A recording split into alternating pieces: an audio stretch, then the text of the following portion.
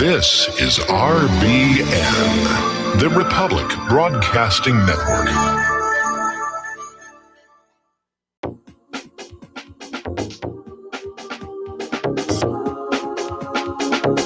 What really happened with your host, Mike Rivero, because World War III is a really bad idea. Here is your host, Michael Rivero. And aloha, America. Welcome to our show today. It is Thursday, August 29th, 2019. It is my 67th birthday here. It's the same. I have the same birthday as former Senator John McCain and Michael Jackson, the entertainer, which I think kind of blows that whole astrology theory out of the water because I can't dance. I'm not into little boys, and I'm not corrupt. So, of course, I'm doing all the things today that I shouldn't be doing to celebrate my birthday. I'm smoking, I'm drinking. I tore all the tags off the cushions here in this hotel room. And so, yeah, after the radio show is over, Claire and I have got a few errands to do. And, basically get into kind of fun mode because we have tonight, tomorrow, Friday, and Saturday morning we leave for Indiana. So these are the last few nights that we're going to be here on the island of Oahu. I'm still trying to figure out what I want to do with that. Meanwhile, we have a bit of a guest who's joining us, and it's David from Crucial Nonsense. And David is the guy who's put together this rather splendiferous system that has allowed us to communicate remotely using a laptop. We also use it on the main desktop machine, and it works so much better than many other solutions that we've seen. So, David, are you there? Yeah, I'm here. Aloha to you, Michael. I'm glad to be here. I hope this is working. You hear me, right? I hear you just fine. Okay, fantastic. Okay, I'm not hearing myself, so that kind of makes sense actually, because I got about 5 audio feeds in here. Yeah, I'm glad this is working. This has been kind of an interesting project, being able to replace the Skype and the Twitch with a more sovereign platform, and I'm tickled to be able to do it. And happy birthday to you! And I'm glad to be able to at least supply something back. You've done a lot of work for us over the last decade. I encountered you when you first started doing radio with Alex Jones back a long time ago. That was a long time ago. Oh yeah, it was. And I was like, I like what this guy's got to say. He makes sense. He's been real common sense, real down to the brass tacks of it. Not wasting a bunch of time. I'm like, yeah, heck yeah. And when the division happened between you and Alex, it was a very easy choice to just stick with what really happened. It's like, well, Alex, it's been fun, it's been nice, and we've been with what really happened ever since. Following you from network to network to network, and here we are back on RBN, and looking forward to be able to rebuild your studio and do some fantastic things into the future. It certainly impacted a lot of people. There's very few people that I run into in the quote Patriot Awake community that don't know about what really happened, and they certainly have a lot of people that know about your website that haven't even heard about the radio program. And it's really been a huge service to be able to aggregate all those news stories that we really need to be paying attention to out there. And that's made a big, huge difference for a lot of folks. And the Rivera's Rangers have been out there doing a lot of things and been spawning all these other shows off. I got into doing the talk radio because you inspired me. You're kind of the reason I'm doing what I'm doing in here. And so it's all my fault. Yeah, exactly. So, when it all comes to a head and then they have someone to blame, Mike Rivero, it's all his fault. That's true.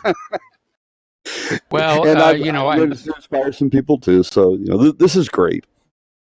I have been doing the website since 1994, and I've been doing talk radio since 2007. And so it's been a very, very long time. And I keep hoping that the need for it is going to go away. And unfortunately, I don't see that happening here. And it's kind of this weird inverse. I want the program to be interesting and I want people to be learning from it. And so there's part of me that says, okay, what went corrupt today? What blew up today? What does happen bad? But, you find yourself wishing for bad things to happen just for the sake of your show. And that's a very weird feeling to be in. Oh, it absolutely is, and we were in the same thing with the programs we were doing earlier on RBN and all the other networks. It's kind of the same thing. We want to dig into all these things. We want the analysis of it. We need more. We need to get deeper down the rabbit hole. We don't want the bad things to happen, but we want the bad things that are happening to come to light. We need to shine a light on this stuff, the stuff that has been hidden all of these decades when they had this control over all the information flow, which has been broken and irrevocably changed by the information paradigm and having this internet thing. And the beautiful thing is, because of what they did, their Achilles heel on this internet thing is they monetized it. So they can't just shut it off. If they shut the internet off and kept us from being able to do this, the entire world economy would collapse tomorrow. It would be done, game over, because they monetized it too heavily and everything is leaning on it. So they have to be very careful. They're trying to censor things in a surgical fashion, but us hacker types out there, the ones that developed all this technology in the first place, will just find a way around it. Because if you've got two computers that can talk to each other, and you've got to have two computers to talk to each other to be able to buy something on Amazon or the like, we will find a way to use VPNs or other technology to continue to, proliferate this information. It'll be the digital equivalent of the Sonostat. We will not be silenced. And the more they try to censor us, the more they try to clamp down on us, the more pisses us off and motivates us to get out there and talk even more. So you started something there, Mike. I mean, it probably was going on before we were involved in this, but you've certainly shepherded this along, inspired a lot of people. And I think through our efforts, we've actually slowed this stuff down. I think that if we weren't doing what we were doing here on RBN, that we would be a lot deeper into this. We probably would have already had the nuclear war, and we'd have, zombies and radiation sickness and all that. No, we slowed it down. We haven't defeated it yet, but that's not to say that we won't, because we're going to keep at this. We're not going to give them any rest. We're going to have to pace ourselves on this, because this is a marathon. Unfortunately, the need for this isn't going to disappear tomorrow, but I hope that one day before too long, we will be able to set down the microphones and walk away from the cameras and just live the rest of our lives and be happy. Hey, wait a minute, we did it. We actually did it, because it's possible. We've seen revolution after revolution throughout history, and it happens. And we're right on the cusp of a global, worldwide revolution. There's too many people in this world absolutely teed off about all this fascism, all this banker abuse, all these endless, pointless wars, mass murdering millions upon millions of people, the pharmaceutical industrial complex murdering almost as many people as the damn wars are. It's absolute lunacy. And that's why we're here, to shine a big, bright, blinking neon light on and say, hey, guys, we need to pay attention to this. This is critical. And if we go after the root cause of all of this stuff, all these symptoms that people are arguing about in the independent media that they can't agree on will all go away. So we got to, like you've been doing this entire time, stay focused on the root, because once we pull that thing up by the root, Michael, we will have won. And I can see that at some point we will be victorious over this. I don't know when it's going to be. I wish it was tomorrow. I wish we could be having a big celebration today going, we won, we finally ousted all these idiots. But we're getting a little bit closer every day, and we're making them act like fools right in front of everybody. I mean, it's not hidden anymore. It's just ridiculous on its face. We are now, with this government, the laughing stock of the entire rest of the world. They're just pointing at us going, you idiots, what the hell is wrong with you? So maybe this is a good thing. Yeah, we're going to suffer a little embarrassment over this, but hey, guys, that's why we need to get active and do something about it. And we absolutely do. Now, back in 1994, when I started out doing this, I was one of very, very few people who were out there on the internet. This was back in the days of like Usenet, which was the means for sharing articles with a wide audience. And even back then, the government was trying to disrupt it, find ways to shut it down. There was this one time when there was this flood of porn that was all over Usenet that was being cited as justification to shut it down by the Senator Exxon, who was trying to get this amendment put onto the telecommunications bill to say that, email was good and FTP was good, but this Usenet, this ability for single writers to reach a large audience over this networked news posting system, that was really inappropriate. And look, it was just filled with all this evil porn.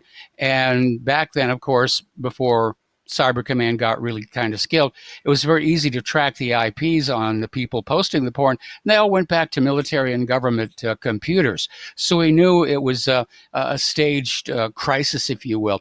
Today, of course, I am but one of many tens of thousands, hundreds of thousands of voices that are out there on the internet.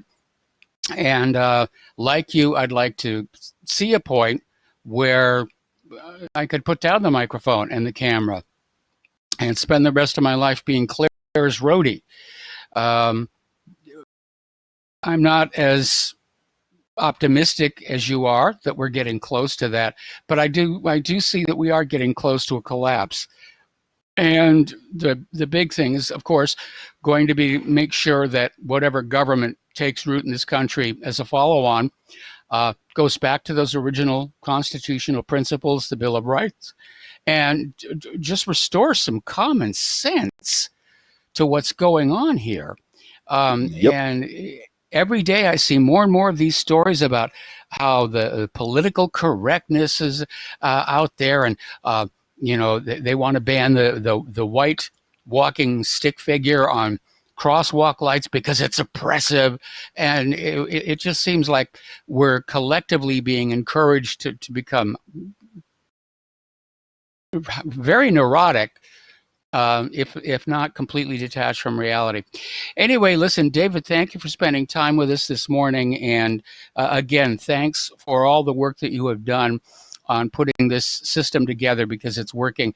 As you said before, it's a lot more reliable than Skype, a lot more reliable than YouTube Direct. And, there might actually be a marketable product here that other radio networks and stations would want to buy.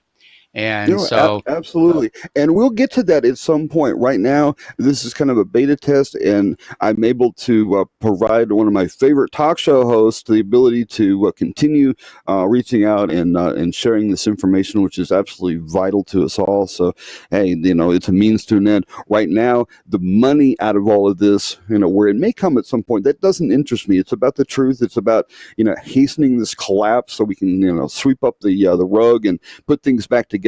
And believe me, I'm one of the most pessimistic people on the planet. I'm very pessimistic about the chances of this government actually surviving. I think you are spot on that, we need to kind of hold on and, wait for the collapse and be ready to, tell those carpetbaggers what for and rebuild this thing with the lessons learned. It'll end up, 100 years from now, being the same darn thing, rinse and repeat. History keeps repeating itself. But maybe for a time, the next generations will actually have the ability to grow, because all of the stuff that we see in this society right now is so damn counterproductive. I mean, how are we going to evolve as a society to the next stage? Because we've talked about this before, how, the spacefaring, nations, we might be right at the cusp of all this stuff, but this technology is capable of destroying this planet 1,000 times over. So maybe all these civilizations that evolve out there in the universe get to this point and they all commit suicide. And I hope that's not the case. That's my pessimism in there. But Michael, I'm going to let you get back to your show. Bless you. Thank you for all you do. You really have made a difference to a lot of people. You got a lot of fans out there, and hopefully you get to take some time off. And don't forget, you're going to turn me into a raging egomaniac if you keep this up here. Well, yeah, but sometimes I'm going to become the next Alex Jones. You don't toot your horn enough. No, you don't toot your horn enough, Mike. You're a very humble guy, and I have a lot of respect for that. And you need to be recognized for that, especially on your birthday. I mean, good grief. I mean, at least give us that. I have more humble than any 10 other guys you're going to meet, so I'm really not. Absolutely. And of course, Claire's job is to keep me humble.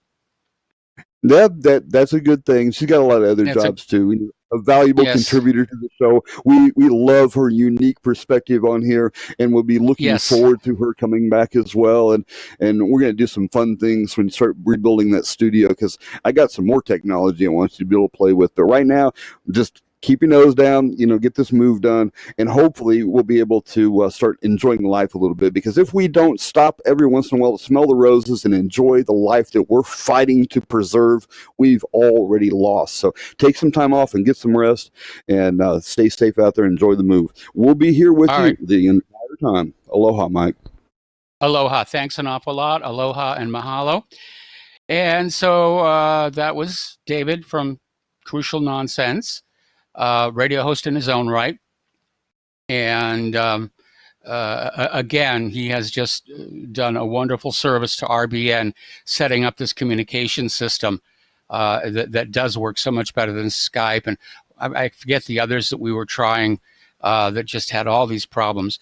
So anyway, on with the show here. We've got a lot to talk about. The phone lines are open, 800-313-9443. And obviously the big story continues to be Hurricane Dorian. They're apparently just now trying to update its status. They've got a Hurricane Hunter airplane out there getting ready to pierce the eye wall. Boy, that's a job that takes a lot of guts to do. And but it is strengthening. They're now expecting it to hit Category 4 just as it hits the Florida Panhandle. But that cone of uncertainty as to exactly where along the coast of Florida it's going to hit, it's like 500 miles long. So it could be anywhere from the Keys almost up to the border of Georgia.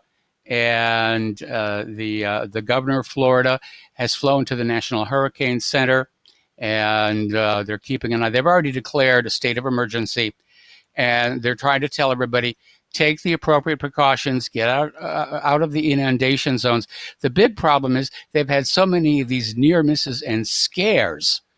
The concern is that a lot of people down there in Florida are going to say, oh, we've been through this before and we came out fine and it was all a big scare and nothing. And, well, they're hoping people won't just try and say, well, we're just going to stay here and we're going to be all right. Okay, so let's take, we've got calls coming in. Cliff in Indiana. Aloha. Cliff, welcome to the show. What's on your mind? Well, who's your daddy? We're getting ready for you to come on over. I hope people in Shame you're not Indiana gonna- don't find that offensive. No, they won't. They're good people here. You'll enjoy it. In the area that you're moving is laid back. You'll like the folks. Oh, yeah. Shame We y'all know that. Shame y'all aren't not going to be here on Saturday. We're going to go to a cruise-in, fly-in in Marion, Indiana. Oh, that would be lovely. That would be lovely. But I'm going to be on a bigger plane than you are. Yes, you will. Yes, you will. What? How long? How many hours is it from Hawaii to, I guess, Los Angeles, probably where you're making the mainland? Yeah, that's about 5 hours, and then we've got a 1 hour layover to get to our next leg of our flight, which is going to be about 4.5 hours from Los Angeles out to Kentucky, which for some reason we have to land there and then get driven back west across the time zone line to get to Indiana. So it's kind of a weird thing. Yes, well, it'll be the last time, hopefully. So anyway, we just want to welcome you. You guys get all the rest you can and let us know if we can help you when you get here. Well, thank you very much, and I certainly will. I mean, we've got a lot to do. We got to, pick our new post office box keys from Santa Claus. We have to find a place to get into, and new bank accounts, new driver's license. Okay, and let's see. Okay, Cliff, thanks an awful lot for the phone call, and See you, we're Mike. going to start. All right, see you soon in Indiana. We're going to start with Peter in Los Angeles. Peter, I'm going to have to take you through the commercial break. And I don't think there's going to be any trouble in LA. Like I said, the layover is just an hour. It's in Terminal 4 of the LAX airport. Yeah, we're just going to get off one American? plane staggered. Yeah. Yeah. You need anything, Michael? Just I left my number. Give a call. And Yeah, I'm I happy see to the help number. out. It's on the screen. I appreciate it. I really do. And but I think we're going to be okay. All right, we have to take a break for commercials. Peter, stay on the line, and we will be right back.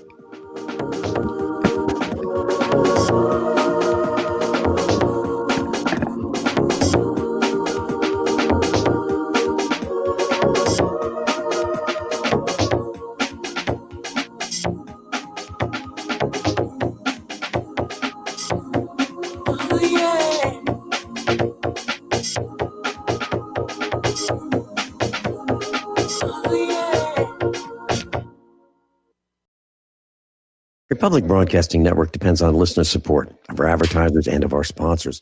We'd like to especially thank all of you who have taken advantage of our fundraiser with FrontSight Bonus.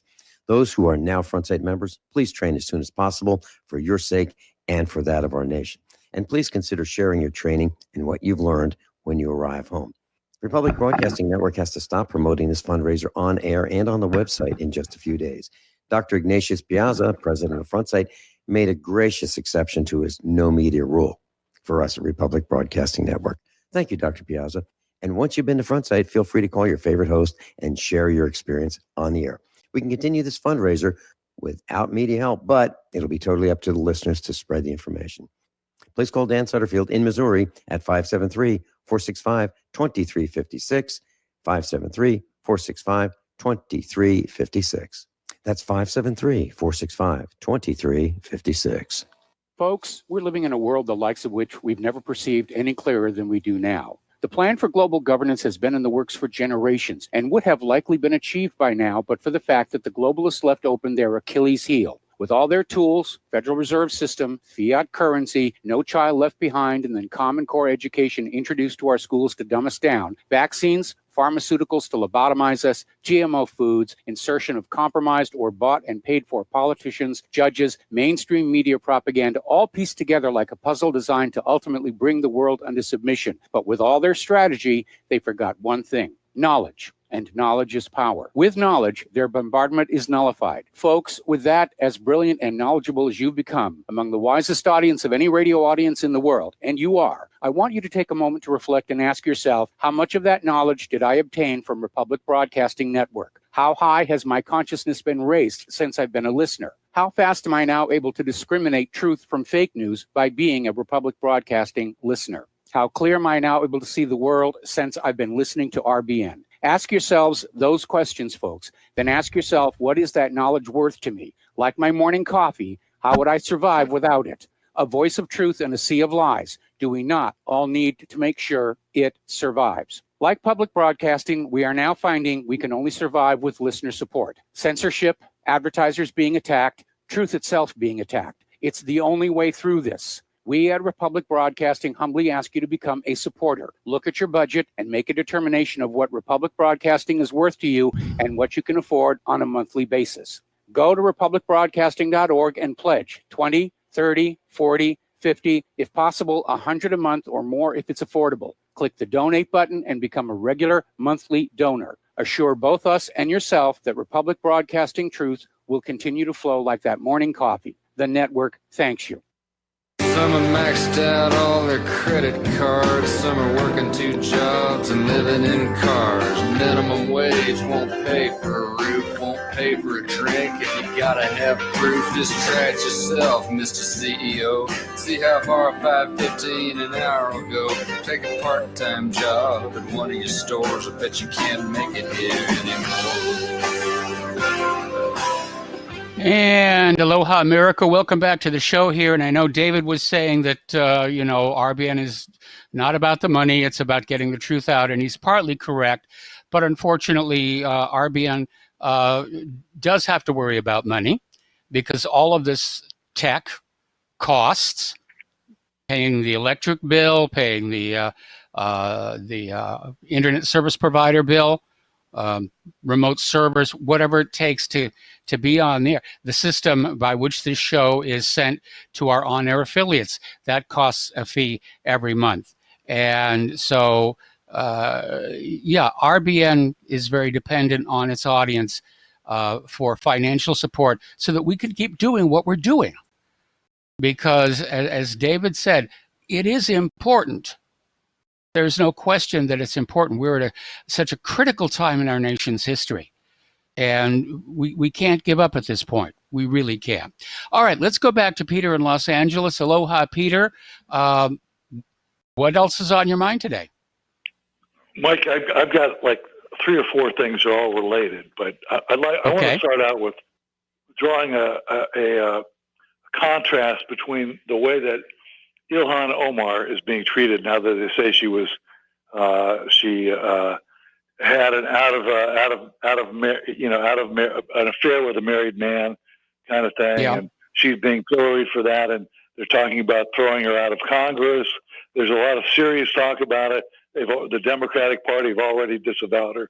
They've already disavowed, by the way, Rashida Tlaib as well, and it's not because of her infidelity or whatever she did with her campaign consultant or whatever.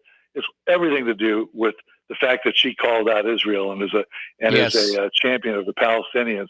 Because I want to point out, Bill Clinton, how many affairs did he have on his right? Everybody knows about that. Oh, come on, let's be honest here. If you're going to kick people out of Congress for having extramarital affairs, the building would be completely empty.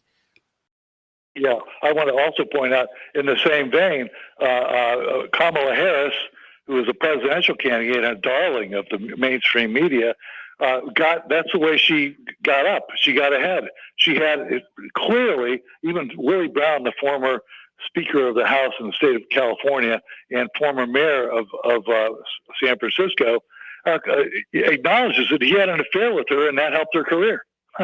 He was married at the time, by the way. Doesn't seem to bother them at all that she did that. But Ilhan Omar, it does. And I just wanted to ask another question. First, point out that Whitney Webb, who's a great writer for Mint Press News, wrote a 4-part story on the Jeffrey Epstein thing that is the most in-depth, wonderful piece of journalism I've seen in a long time. She was on Guns and Butter program on NPR. It's hosted by Bonnie Faulkner. And if you can Google it, it's still there. And I sent it to you, Mike.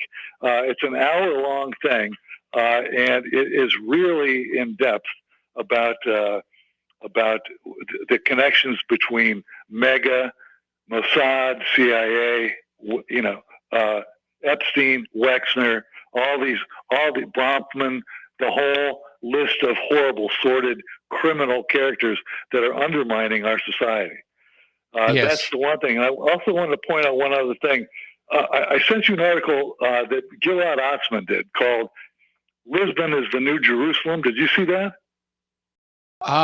Yes, I think I did. I mean, right now I'm drowning in mail on this laptop, and with the move and everything, I've kind of gotten a little bit behind. But I'm probably going to spend much of the flight catching up, if you will, with the backlog. Well, what this article is called, it ran on UNS.com, and it's called, Gilad Atzmon wrote it. You can get it on his site as well. Yes. And it was, Lisbon becomes the new Jerusalem. And apparently, under the pressure from the Portuguese Israeli lobby, they passed a law in Portugal that gives anybody who can trace Sephardic. I know, by the way, I know you've said that you can trace that back. Sephardic ancestry out of Portugal, to give them dual citizenship capability with Portugal. Okay. And so now there's already been. They estimate that the papers, the Jerusalem Post, is estimating that there are millions. Quote: this is what they said: millions of people Israelis who could apply for dual citizenship now with Portugal. And they are doing it at about 2,200 people a month. So they're going to do, these are people, they won't allow Palestinians the right of return, by the way. When they're still holding the keys to their houses, they can see right down the road and have this, but for 400 years ago, they'll allow people, and they're going to take over Portugal just like they've taken over here. But it's well worth the read. And there's one more point I want to make, Mike, actually. Well, but you're going to, Peter, you're going to have to wait for a second. We got to take another break for commercials. Don't hang up. We'll come right back to you for that last point that you want to make. And stay tuned.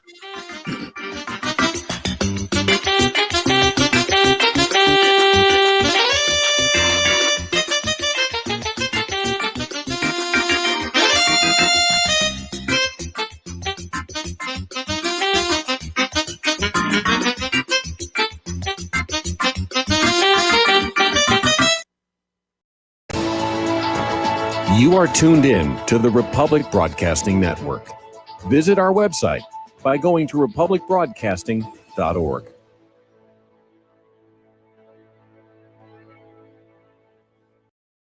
Homeowners, are you in foreclosure, expecting to be served with a foreclosure lawsuit, or suspect your lender has coerced you into an illegal mortgage transaction?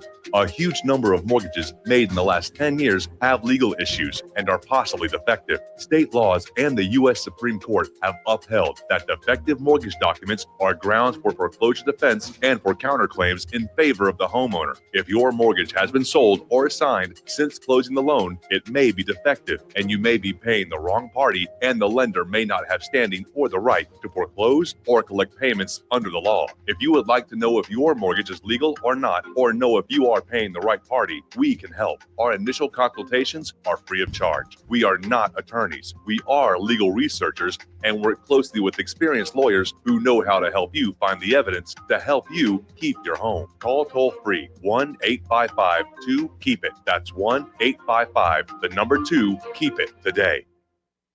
Tired of being lied to by mass media? It's growing more and more apparent today that news is received less and less through standard media outlets. Even with a growing audience every day, RBN is beginning to direct more efforts into social media. Social media and the use of the internet is fast becoming the primary source of people for news, regardless of demographic. RBN has set out to provide some of the best news on the internet through republicbroadcasting.org, and also has begun to use the tools to our advantage by way of social media. Republic Broadcasting is now operating a Facebook page to function as yet another avenue to have our collective voice reach new audiences across not only America, but across the globe as well. The Facebook page features not only news, but also an RBN player to listen to our broadcast.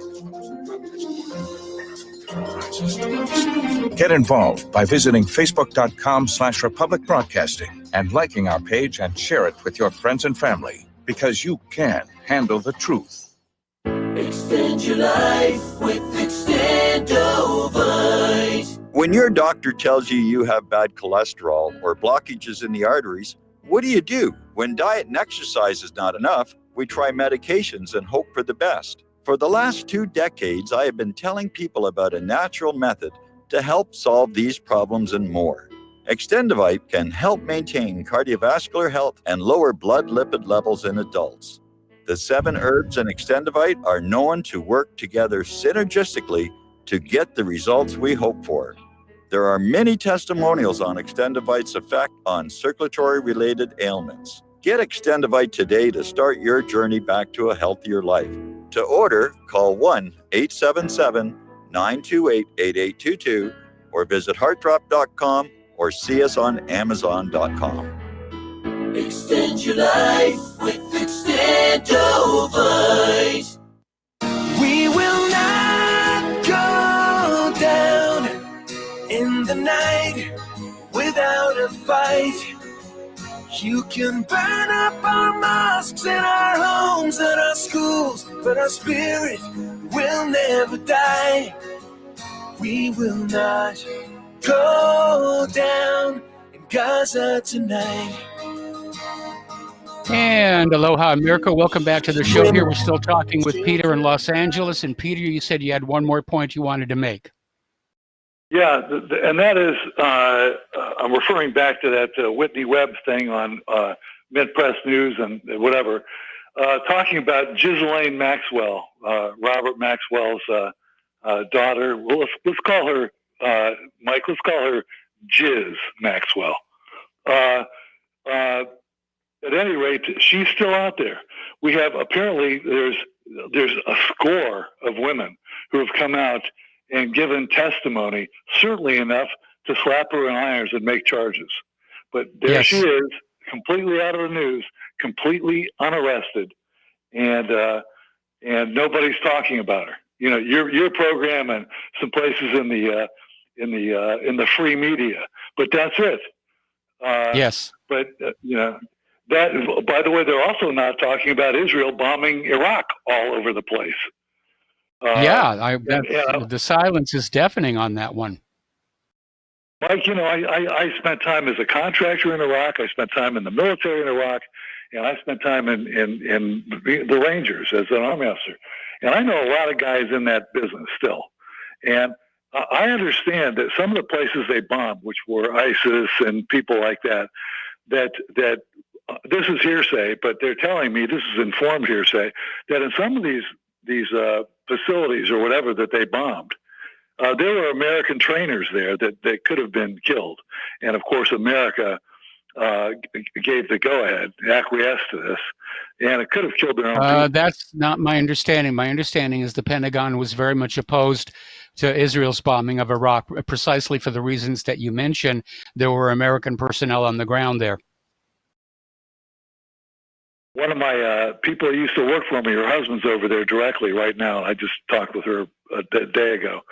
Her husband, she was due to leave Iraq as a contractor last week and was frozen there. And she didn't understand why. And she called me about something else, but brought this up. And I said, well, haven't you heard? Israel has bombed a bunch of places in Iraq, and the Iraqi government has disallowed any flights, any use of American use of airspace. So he's frozen there and can't redeploy back home. Just to let you know, or was frozen there. I haven't talked to him in 2 days. So. Well, my understanding is the government of Iraq is now demanding that the U.S. forces all leave. So they're going to have to open up the, the flight paths, as it were. Well, what a wreck our foreign policy is. Is it not? Oh yeah, I mean it's utter chaos. There's no continuity or consistency to it. It's just sometimes I think that they're making these decisions with a dartboard down in the basement of the White House.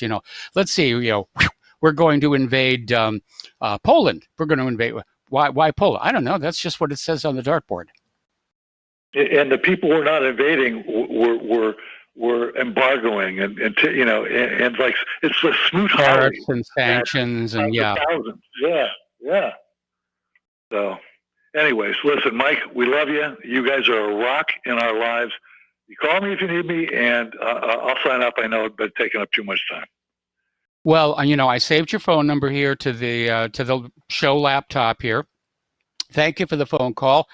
And we're going to switch over to Ken in Fort Worth. Aloha, Ken. Thank you for waiting patiently. What's on your mind? Howdy. Hey, when and where is Epstein's body going to be shown? Hey, who's it isn't. His money? Apparently, it's he's already been interred. I don't know if he was cremated or not, but apparently the story is he's interred in the same mausoleum as his parents, and it's had all identifying marks removed from it out of a concern that people who don't like Jeffrey Epstein might vandalize it. So the real world translation is nobody knows where the body is right now. Well, who's getting all the money?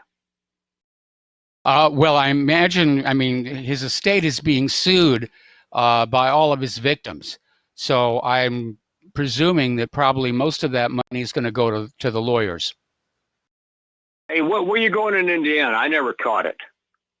Well, we have a post office box in Santa Claus, Indiana, and we're going to be living somewhere around that area, Newburgh, Dale, someplace. Well, we don't know exactly where we're going yet. Obviously, when we hit the ground running Tuesday, we're going to be going on out there and, just trying to find a place to rent. Yeah. I'm from northern Indiana, and well, at least you can be close to Floyd Knobs. Okay. Hey, and I always got me confused. North Vernon's in the south and South Bend's in the north. I'll go figure that out, and I'm going. All right. Well, thank you very much for the phone call. We're going to let you go. The lines are now open. Donald Trump has just signed the formal declaration creating a U.S. Space Force. He's appointed a commanding general. And he's out there making these grandiose statements like America's dominance in space will never be questioned. Well, if you're my age and you remember the early history of the space program, we were not dominant. The Soviet Union was. And they cleaned our clock pretty good on a lot of different areas. And it really was a race up until Apollo and the United States finally pulled ahead and did the moon landing. Since then, of course, both the Soviet Union / now Russia and the United States, they tend to stay out of each other's way in space, outside of the International Space Station. Russia tends to focus on the planet Venus. The United States focuses on Mars, and everybody gets along. But we're going to have this little Space Force, yet another branch of the military on which to pour all kinds of money taken from the American people for what is ultimately going to be a very dangerous system. Because, again, as I've stated before, my concern is if we carry war up to Earth orbit and we start blowing up other people's spy satellites and communication satellites, we're going to create this cloud of debris that is going to impact other satellites, benign satellites, useful satellites, and it'll be a domino effect. It'll be a cascading, increasing cloud of debris that could literally turn near Earth orbit into a no-fly zone for decades to come. But this is Pentagon think here. We've got a new branch of the military, where this is going to be the 5th branch now.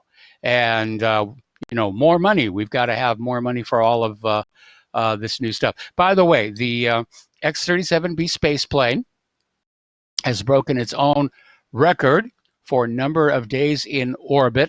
It's been up there for well over a year. Nobody has any idea what it's doing.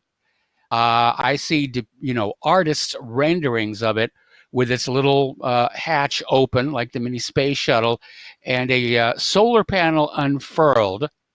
And my gut is telling me that solar panel they're showing as being unfurled isn't large enough to power that ship. And I think it's a little bit of a dodge there.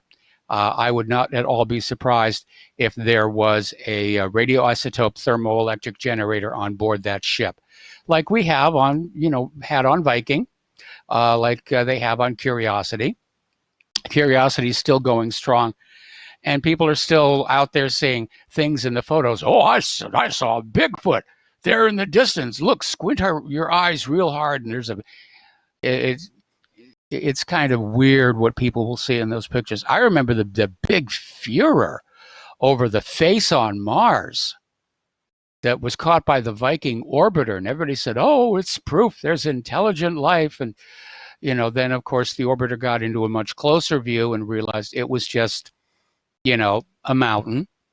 And human brains are wired to look for faces as part of our getting along with the rest of the tribe. But I remember, there was an entire movie, Red Planet, that was, built on the idea that there was a face there. Anyway, so a lot of people are talking now, of course, about the Inspector General report coming on out and finding that former FBI Director James Comey did, in fact, violate FBI policy in his retention of and leaking of emails with memos with classified information in them. And still, no arrests, no handcuffs, no perp walk. The Department of Justice has already said they're not going to be prosecuting him. He's one of the insiders. We don't arrest and jail the insiders. Jail is just for the hoi polloi, the poor people out there. But at least they're saying that, yes, he did violate FBI policy. Okay, great. I'm not surprised. I imagine probably a lot of people in the FBI violate the FBI policies. Why wouldn't they? Nothing happens. So, all right, Dorian is still out there. Apparently, the panic buying has started in the stores in Florida, and apparently the state government has had to enact emergency anti-price gouging legislation, which is a very, very good idea. And I understand that stores are there to make money, to engage in commerce, to sell products, but taking advantage of an impending disaster to run up the prices, I think, shows very little community spirit. And we've seen the same thing here in Hawaii. we've had a couple of hurricane scares out here, not to mention tsunamis. And you'll walk into the store to get some extra bottled water or food, and you'll see the clerk with the price gun going right down the road. Well, it's all done on computers now, but you get the idea. Over in the Middle East, again, a lot of people are still talking about Israel's attack on Iraq. And they're talking about it because it's not unique. Israel has been attacking, committing aggressions against its neighbor nations pretty much all along. Now, over in the UN General Assembly, Resolution 3314, and yes, I know General Assembly resolutions are not considered legally binding, only Security Council resolutions are. But it says, no nation may legally attack another state preemptively. The UN General Assembly has said this idea of a preemptive attack, of a preemptive war, is wrong and illegal. And it's downright silly. Anybody can make up an excuse. You know, they're building a Death Star over there. We have to nuke them. And that's what we're seeing NATO and Israel do time and time again. Israel justified the bombing of Iraq's nuclear power station at Osirak by saying, well, we have good authority. They're starting to build nuclear bombs there. And it was a flat out lie. Following the U.S. conquest of Iraq, international experts examined the remains of the reactor complex at Osirak. They discovered that there was no bomb factory underneath.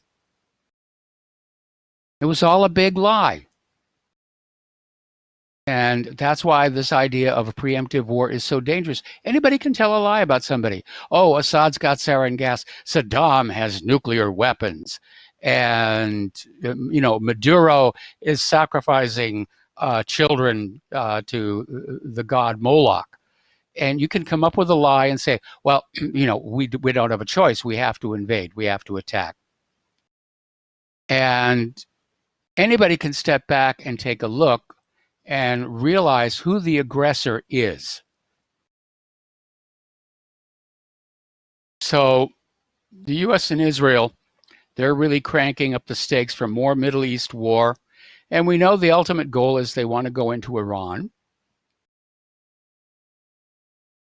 And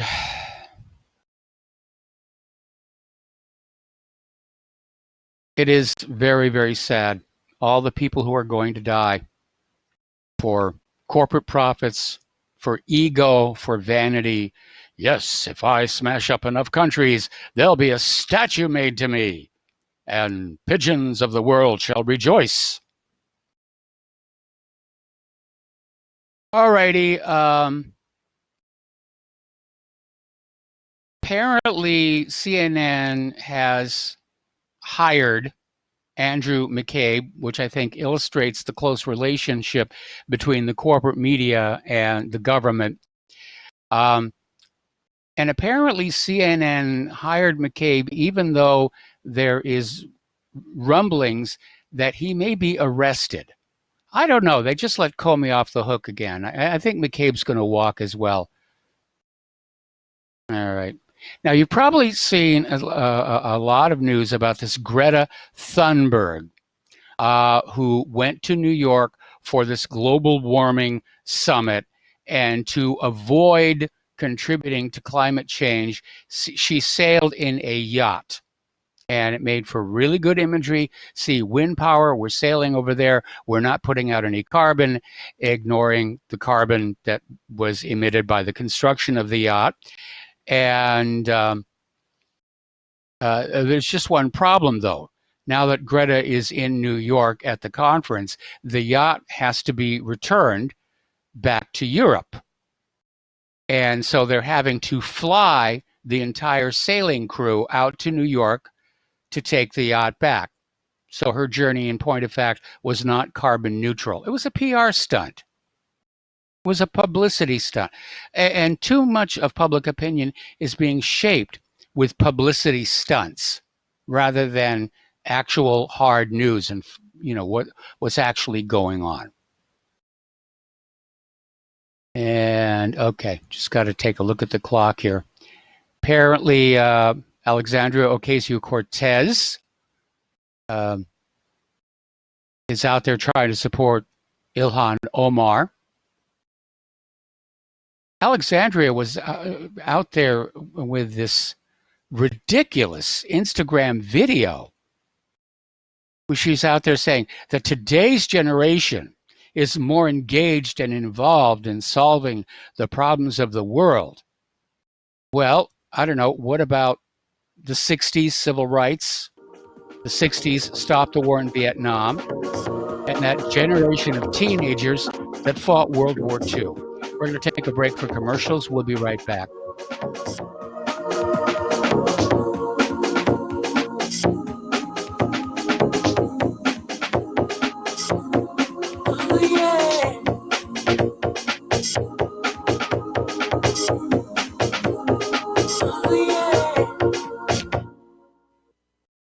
I'm getting older and noticing that my body just doesn't work as well as it used to. So I like to keep fit as possible by hitting the gym a few times a week. Recently, I started having a nagging bicep pain, and it got so bad I couldn't even lift the weights. When I was complaining about it to a friend, he told me about Angioprim. He said chelation helps remove toxins, heavy metals, and cholesterol in veins and arteries that may cause blockages. You know, after just 1 week of taking Angioprim, the pain was gone, and now I'm back in the gym full strength. Scientific research proves the active ingredient in Angioprim has superior oral chelation action that helps promote cardiovascular health. So to learn more, go to angioprim.com. That's ANGIOPRIM.com, or talk to a trained consultant. Call Angioprim toll free at 877-882-7221. You'll feel better with more energy. Call 877-882-7221 or go to the website angioprim.com.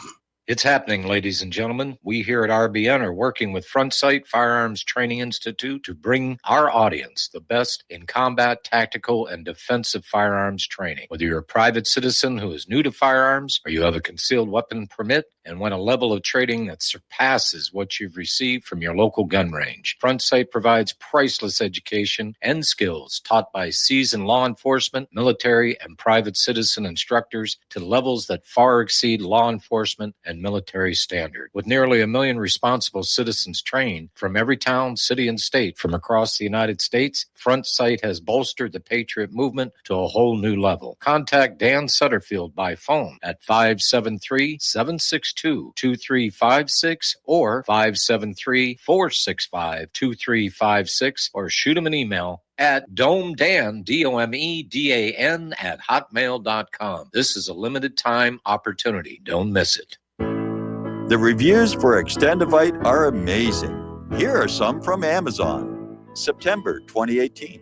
Extendivite works in keeping my blood pressure in the normal range. I've been using Extendivite for many years now. May 2018. Great product. I use regularly and I rarely get sick. March 2018. This product has relieved what appeared to be angina pain in my chest and shortness of breath after climbing stairs. I'm quite happy about it. February 2018. My husband, son, and I have been using this product for a few months now, and we have noticed an improvement in our joints and blood pressure. Tell us your story. Get Extendivite today. To order, call 1-877-928-8822. That's 1-877-928-8822, or visit heartdrop.com. Extend your life with Extendovite.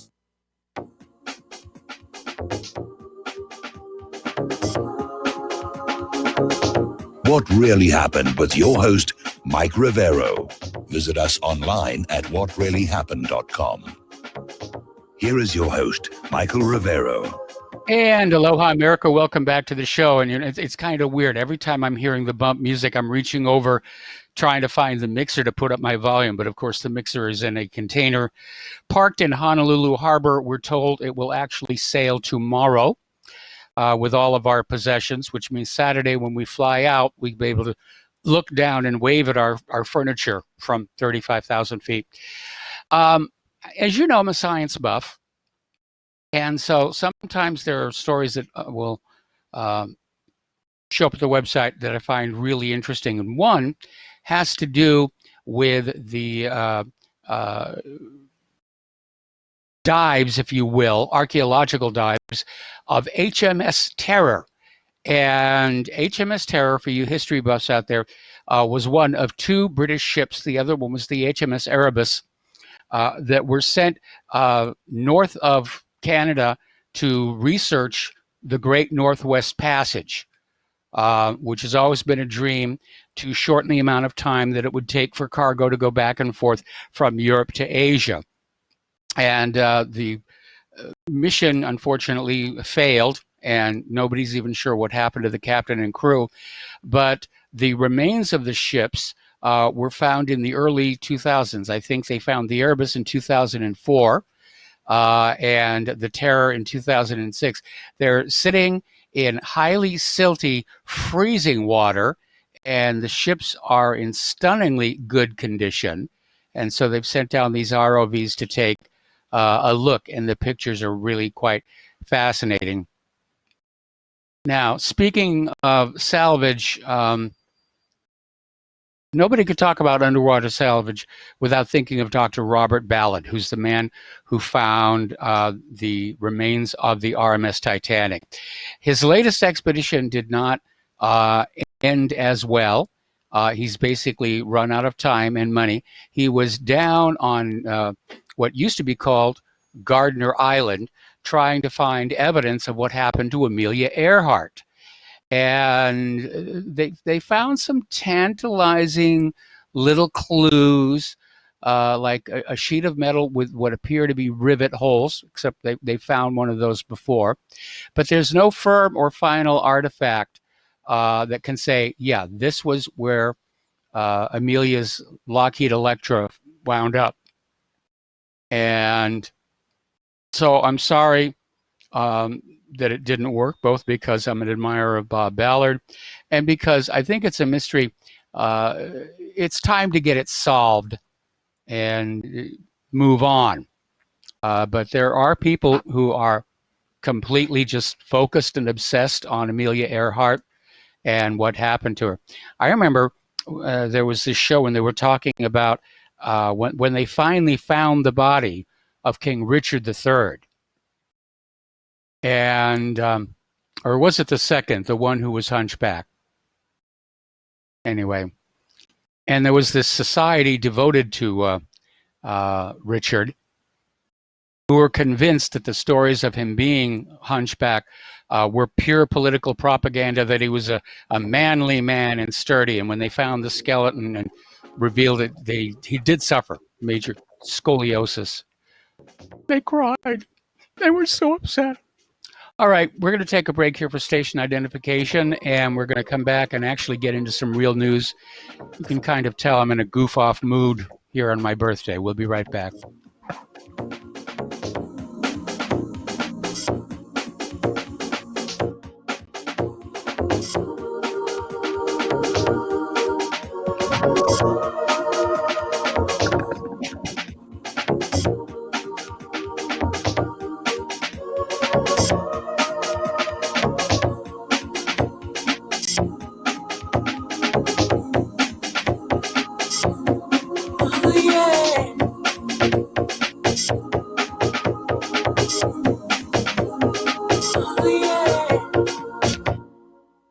Homeowners, if your lender has gone out of business or sold your transaction to another lender or servicer, you may be the victim of a wrongful foreclosure, resulting in the loss of your home. If you've already lost your home, are in foreclosure, or even in good standing, you can challenge the mortgage transaction's illegal issue, and your property can be restored to you, and your foreclosure can be stopped or reversed, and the mortgage transaction declared unenforceable. State laws, U.S. title codes, the Uniform Commercial Codes, and U.S. Supreme Court rulings have upheld that defective mortgage documentations can reverse or stop foreclosures and enforce property title claims in favor of the homeowner. homeowner. We are having successes in stopping the process of foreclosure, the enforcement of the foreclosure judgments, the sale of property, and evictions after the sale. We are not attorneys, and we don't give legal advice. We are a professional team of legal researchers, providing forensic mortgage audits and expert witnesses. We have the knowledge to produce the evidence and enforce laws regarding your legal issues. We've been in business for 12 years without a complaint. Consultations are free, and we provide a free title search to confirm if your mortgage has legal defects. Please call 855-253-3748. 855, the number 2, keep it today. You're listening to the Republic Broadcasting Network, because you can handle the truth.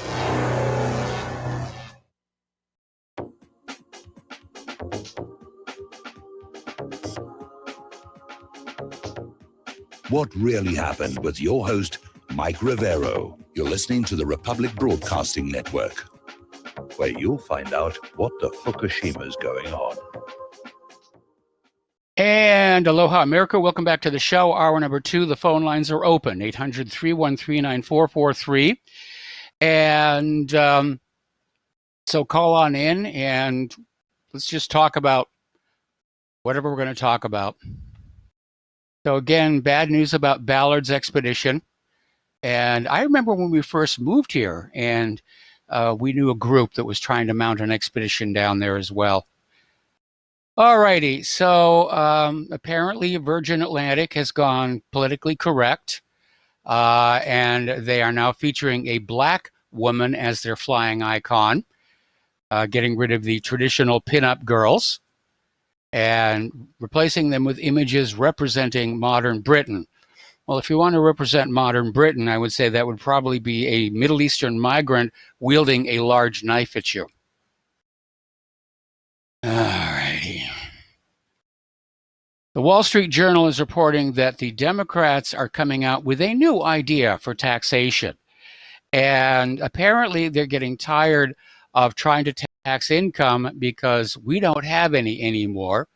So now they're looking at it targeting wealth. They're going to tax the rich, which has always been kind of the platform of the Democrats, but somehow they never really seem to get around to it. It sounds really good, but you know, eventually those rich people, they show up with their checkbooks and they write a campaign donation and they get to keep all their money. I think this country was doomed on the day when limits to campaign donations were removed. That was really where it was. Okay, good day on the stock market. But we're still seeing all these experts out there saying there has to be a correction soon, and that we could be looking at $50 silver and $2,500 gold. And so if you've got these metals, hang on to them. So, okay. Apparently, James Comey responding to the Inspector General report came on out saying, this completely exonerates me. Said, actually accused the Inspector General of being insane. And he's demanding an apology. So,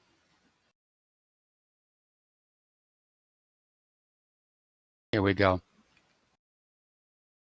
Apparently, the protests in Hong Kong are still going on. And the Beijing government is considering a military action to crush the pro-democracy protests. I'm not sure that it's really pro-democracy. I think it started for economic reasons, but I think the American media and the government are trying to basically make it sound like these people are after democracy, because that's always the prelude to destabilizing another country. And there is absolutely no question in my mind that the U.S. government would like to destabilize both China and Russia and do a regime change from within to governments that are more cooperative with American corporate interests here. So people are looking at the central banks. They're realizing that the era of unbridled growth is over. And there are a lot of industry experts who are very, very worried, which means you should be too. Okay. A lot of small stuff here. Apparently, the Mueller gang set up an innocent woman and then lied about it by withholding pertinent information, and she got sent to jail. Seeing a lot about that. Ilhan Omar is out there saying that there are efforts to smear her character, but refuses to answer stupid questions about shenanigans. I keep looking at the antics of people like Alexandria Ocasio-Cortez and Omar. And I don't agree with this idea of just kicking them out of the Congress. But you do wonder, is this really the best that we can do for leadership? Oh. Righty. Okay, we talked about this the other day, where over in New York City, de Blasio, in order to fight inequality, is dumping New York City's gifted and talented programs. Now, New York is famous for the so-called schools, and School of the Arts being the one made famous in movies and TV series, and basically being the launching platform for a lot of the big stars that came out of New York. And there's a school specifically devoted to music. There's a school devoted to science and engineering. And they're getting ready to shut them down. And it turns out the reason they're getting ready to shut them down is that somebody complained that too few Black and Latino students were getting into these schools. Well, these schools are based on merit. You have to audition for the arts and music schools. You have to take tests for the engineering and science schools. And sorry, they're not making it. It's not racism. It is simply the reality. I got to deal with this myself when I was teaching remedial math in Southern California, where, because it was a remedial math class, I did have a lot of the Black and Latino students. And they just couldn't get it. And that's just the reality here. And we have to get away from all this PC, self-checking thoughts and get back to, what is the reality of what's happening here? Well, the reality is some people are just smarter than other people. That's the reality. And you cannot mandate equality. So they try and mandate equality of outcome. And it's disincentivizing the kind of achievement and excellence that our society is desperately in need of. You see kids going to school and, why should I try? I'm going to get the same grades as, the dullard over here, to keep things equal and fair. Speaking of New York, apparently the monument erected to the 9/11 first responders has been vandalized. I can't for the life of me imagine why anybody would do that, but they did.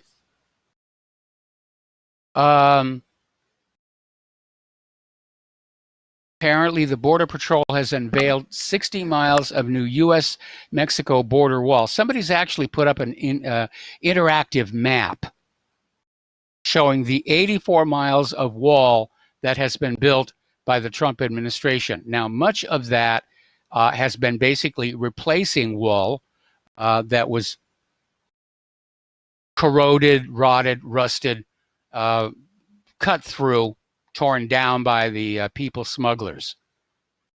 But that's just 84 miles, less than 100 miles.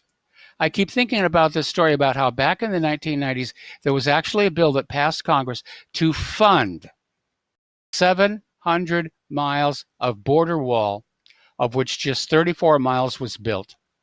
And I have not been able to find a hint of where the rest of that money went or who it was who said, we have to stop building now.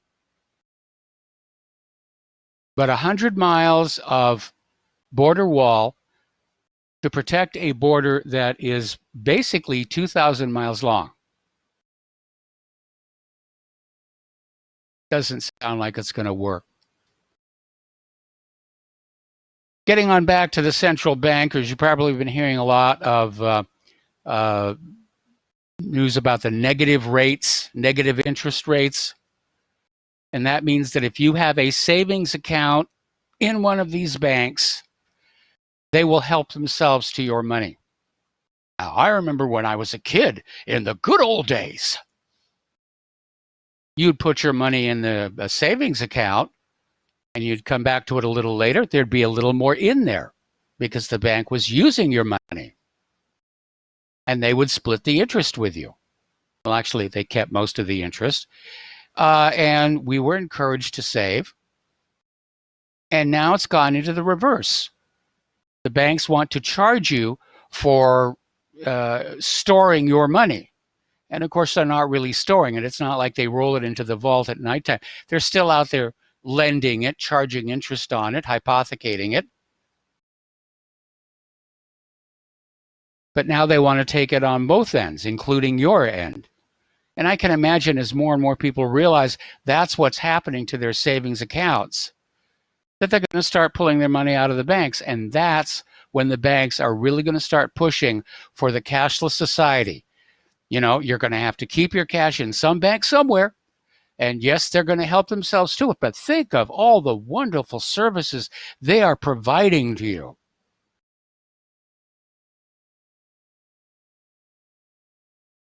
Boy, I remember when I was a kid, you opened a bank savings account. Not only did you get interest, they'd give you a toaster.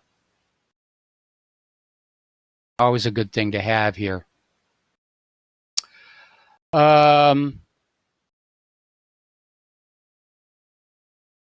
Okay, apparently, yeah, this is Gilad Atzmon again, talking about Jeff Epstein. And apparently, as Epstein's heritage, there's a group called Zwi Migdal. It's a Jewish global crime syndicate that operated a century ago and trafficked tens of thousands of Jewish women and underage girls as sex slaves, turning Argentina into a nightmare of prostitution and exploitation. I find that very surprising that they trafficked Jewish women as opposed to others, but apparently that's what they did. We actually have a caller on the line. Dave in Ohio, aloha. Welcome to the show. What's on your mind? Hi, Mike. I wanted to touch base. You were talking about the central banks, and I was curious, even though this isn't about central banks, is that in this so-called booming economy, at least where I'm living, a 150-year-old newspaper is shutting down at the end of this week. And on top of that, we're always hearing about how the stock market is doing, and it seems like everybody who has anything to say about the Dow makes it either go up or go down. But I'm wondering, how is it that it's come to be that after hours trading is allowed to take place? It seems to me that the 1%ers have enough of an advantage as it is. I'm just interested in what you have to say. Thanks. Well, the economy is not booming. The propagandists are going to go on saying that it's booming, and that if you're on hard times and going hungry and you lost your home, it had to be something that you did wrong, and we're not going to blame the government because the government never makes a mistake with the economy.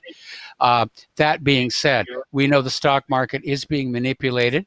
The stock market, which was originally set up to allow ordinary citizens to participate in the growing U.S. economy, now it's become just this giant open-air casino for the ultra-rich. And frankly, I think most ordinary citizens have already dumped their stocks. But yes, this after-hours trade, it's just another way to play the game and let the hardcore addicts, continue their little fixation around the clock. Dave, are you there? Oh, okay. Guess he's not. All righty. Another case, Texas. Families fighting Child Protective Services trying to get their son back. These Child Protective Services, again, started out with a good idea, protect the children from abusive parents, turned into a racket. The more kids they grab, the more money they get from the state budget, the more grandiose their offices and staff can be. And so you get a lot of abuses. When you put a financial incentive on a certain behavior by a government agency, you're going to get that behavior. If you're paying a government agency to hunt down and burn the witches, they're going to hunt down and burn people they think are witches. We saw that mechanism before. We're seeing it again. Back in the 1990s, during the so-called rape crisis, people were being financially incentivized. Oh, rape. Got another rape over here. We got another one. Let's keep score. Apparently, a Chinese student was barred from entering the United States after informing customs officers that he had a bulletproof vest in his luggage. Now, the reason he had the bulletproof vest is because the United States now has an image around the world where people are getting shot dead in the streets. And he just wanted to have the bulletproof vest. What I can't understand is why customs would have a problem with that. I mean, yes, if he'd come on in with an AK-47 or an AR-15 or something like that, I could see there'd be an issue. But a bulletproof vest? Why not? That should be an item in the store. I mean, they're already making bulletproof backpacks for school kids. Bulletproof coats and yeah, sure, why not? Big business.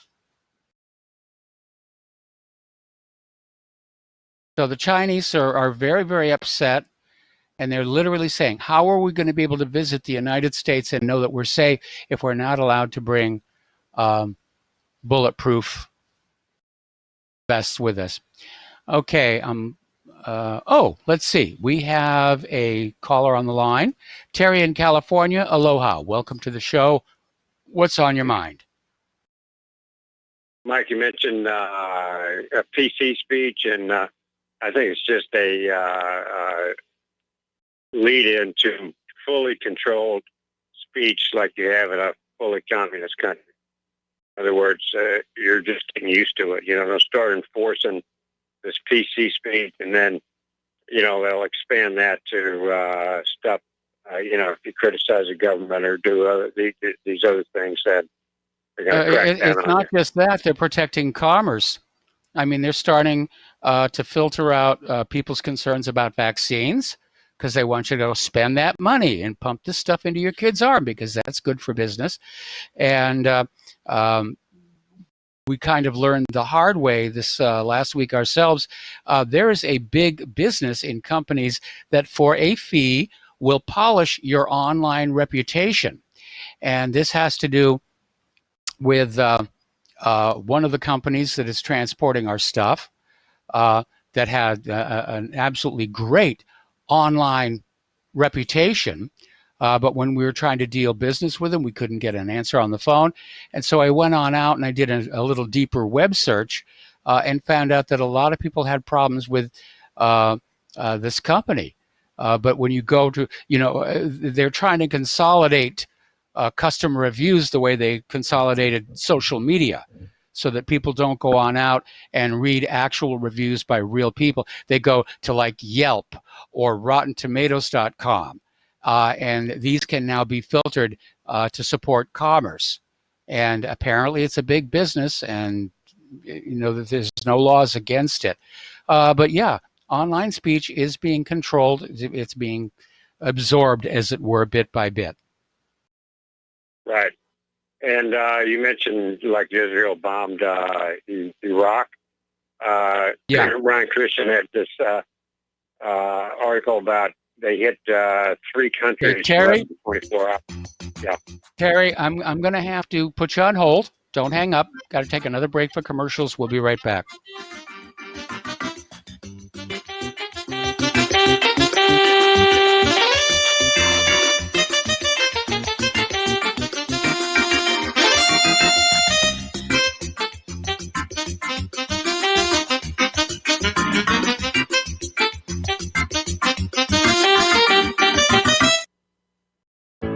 Many people write us about their experience with Extendivite. Allow me to read you some from Amazon.com. This product is superb. I have been taking it for about a year now, and I can feel my cardiovascular system run like a Swiss watch. I definitely recommend this product for anyone that has high cholesterol, high blood pressure, and heart palpitations, A+. It's potent, but it works. I have been waking up for the past 3 years with numb hands, and a week into using Extendivite, my numb hands seem to have cleared up. My circulation was off, and now it's back on track. So I'm happy. I feel so energized, and I have my husband on it now. My mother-in-law has cholesterol problems, so I bought her a bottle as well. Thank you so much. Love the product. Tell us your story. Get Extendivite today. Call 1-877-928-8822 or visit heartdrop.com.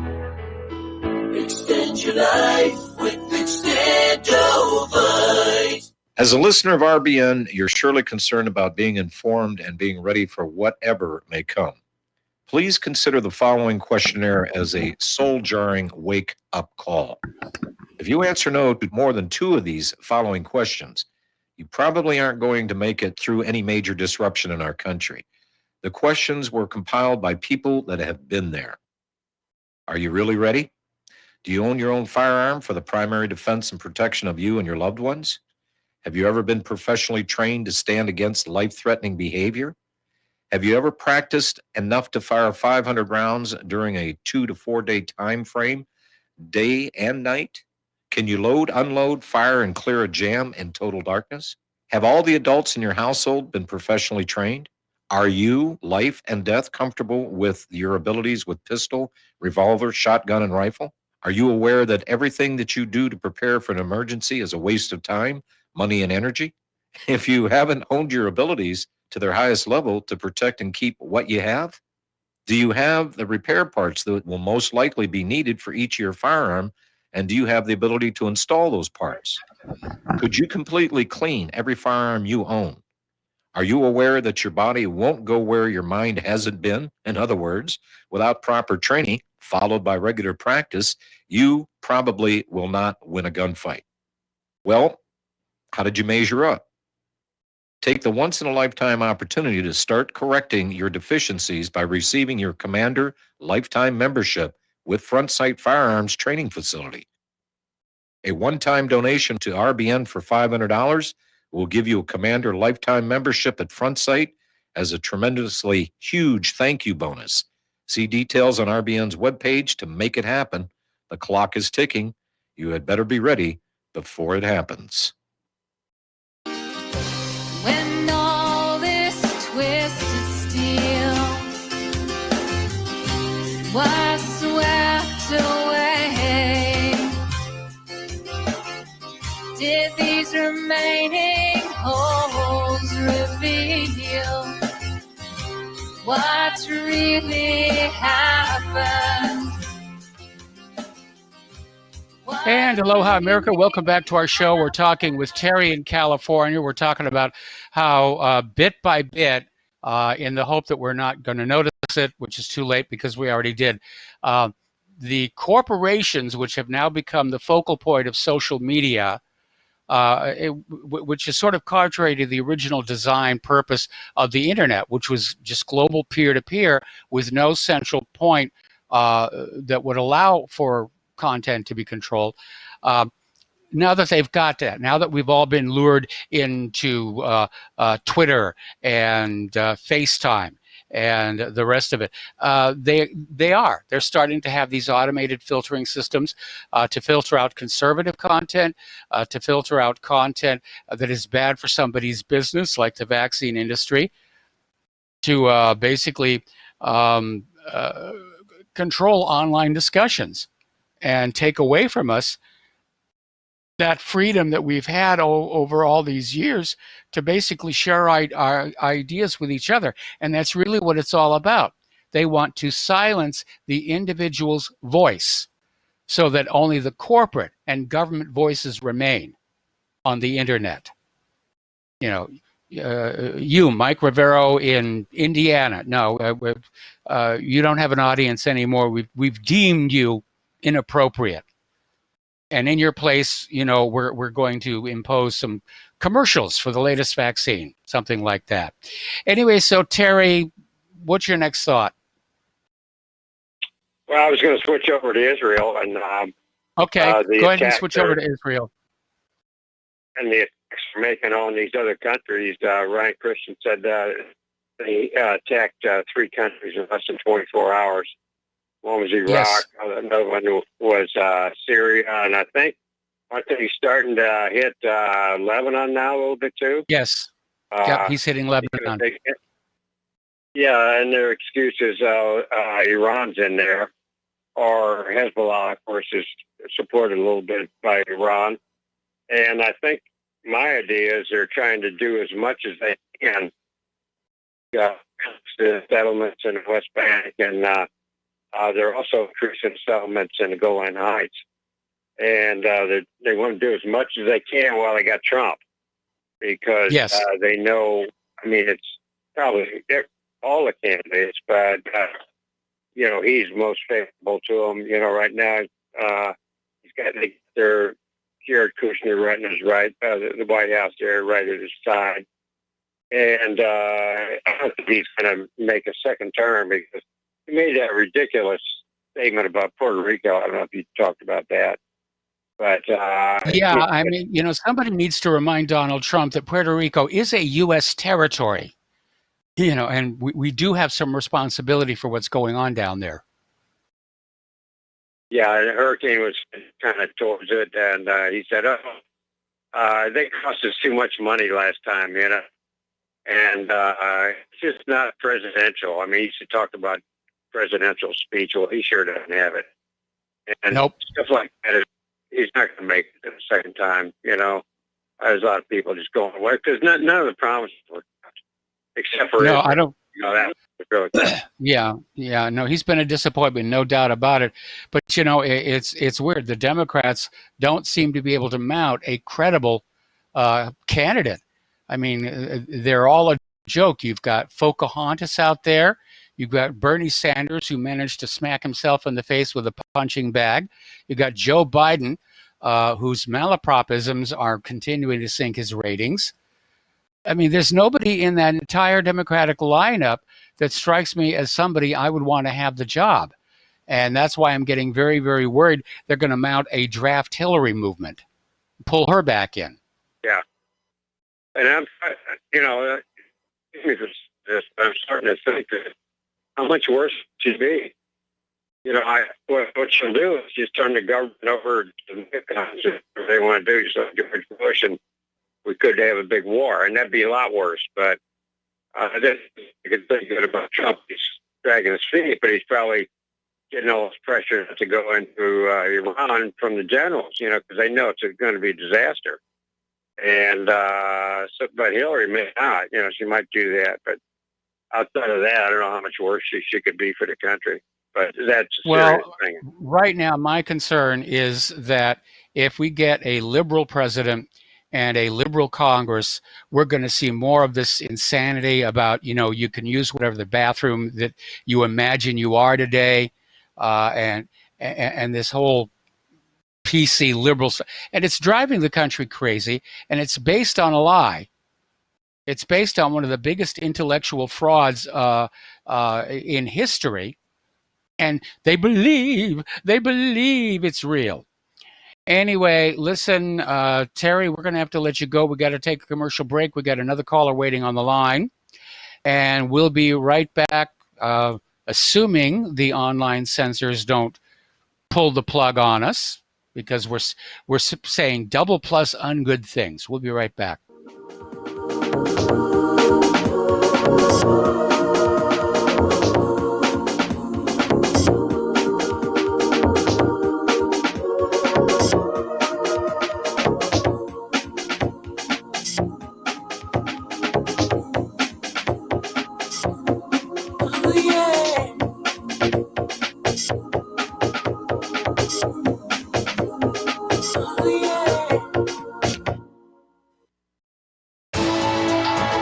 You are tuned in to the Republic Broadcasting Network.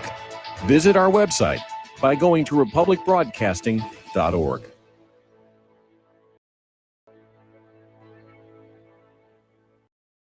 Homeowners, are you in foreclosure, expecting to be served with a foreclosure lawsuit, or suspect your lender has coerced you into an illegal mortgage transaction? A huge number of mortgages made in the last 10 years have legal issues and are possibly defective. State laws and the U.S. Supreme Court have upheld that defective mortgage documents are grounds for foreclosure defense and for counterclaims in favor of the homeowner. If your mortgage has been sold or assigned since closing the loan, it may be defective and you may be paying the wrong party, and the lender may not have standing or the right to foreclose or collect payments under the law. If you would like to know if your mortgage is legal or not, or know if you are paying the right party, we can help. Our initial consultations are free of charge. We are not attorneys. We are legal researchers and work closely with experienced lawyers who know how to help you find the evidence to help you keep your home. Call toll free 1-855-2-KEEP-IT. That's 1-855-2-KEEP-IT today. Corporate media dominates the American opinion. Finding independent voices that counter this avalanche is becoming increasingly difficult. With the endless corruption running rampant throughout our government, independent voices are needed more than ever to battle the offensive against our freedoms and liberties. As a listener of RBN, no one understands this concept better than you. Now it's up to you to do your part. The time has come for you to take action and begin broadcasting the truth to hundreds or thousands of people every month. Sound impossible? Quite the contrary. With pointed slogans from LibertyStickers.com, you can reach countless sleeping Americans unaware that they live in a real-life wonderland. LibertyStickers.com has a huge inventory of political bumper stickers and messages that reflect the truth about our government, our politicians, and the future of America. With so many in stock, there's one perfect for you. Visit us today at LibertyStickers.com. Again, that's LibertyStickers.com. Do your part. Your voice is important. Let it be heard. Don't regret growing old. It's a privilege denied to many. Heart disease is taking our youth from us. Young people in their 30s, 40s, 50s, and beyond are dying needlessly.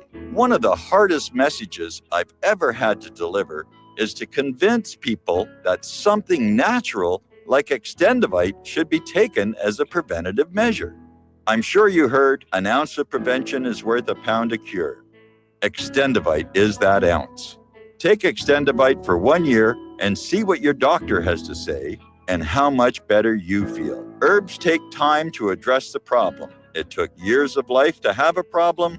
Give Extendivite 1 year to fix the problem. Don't wait until it's too late.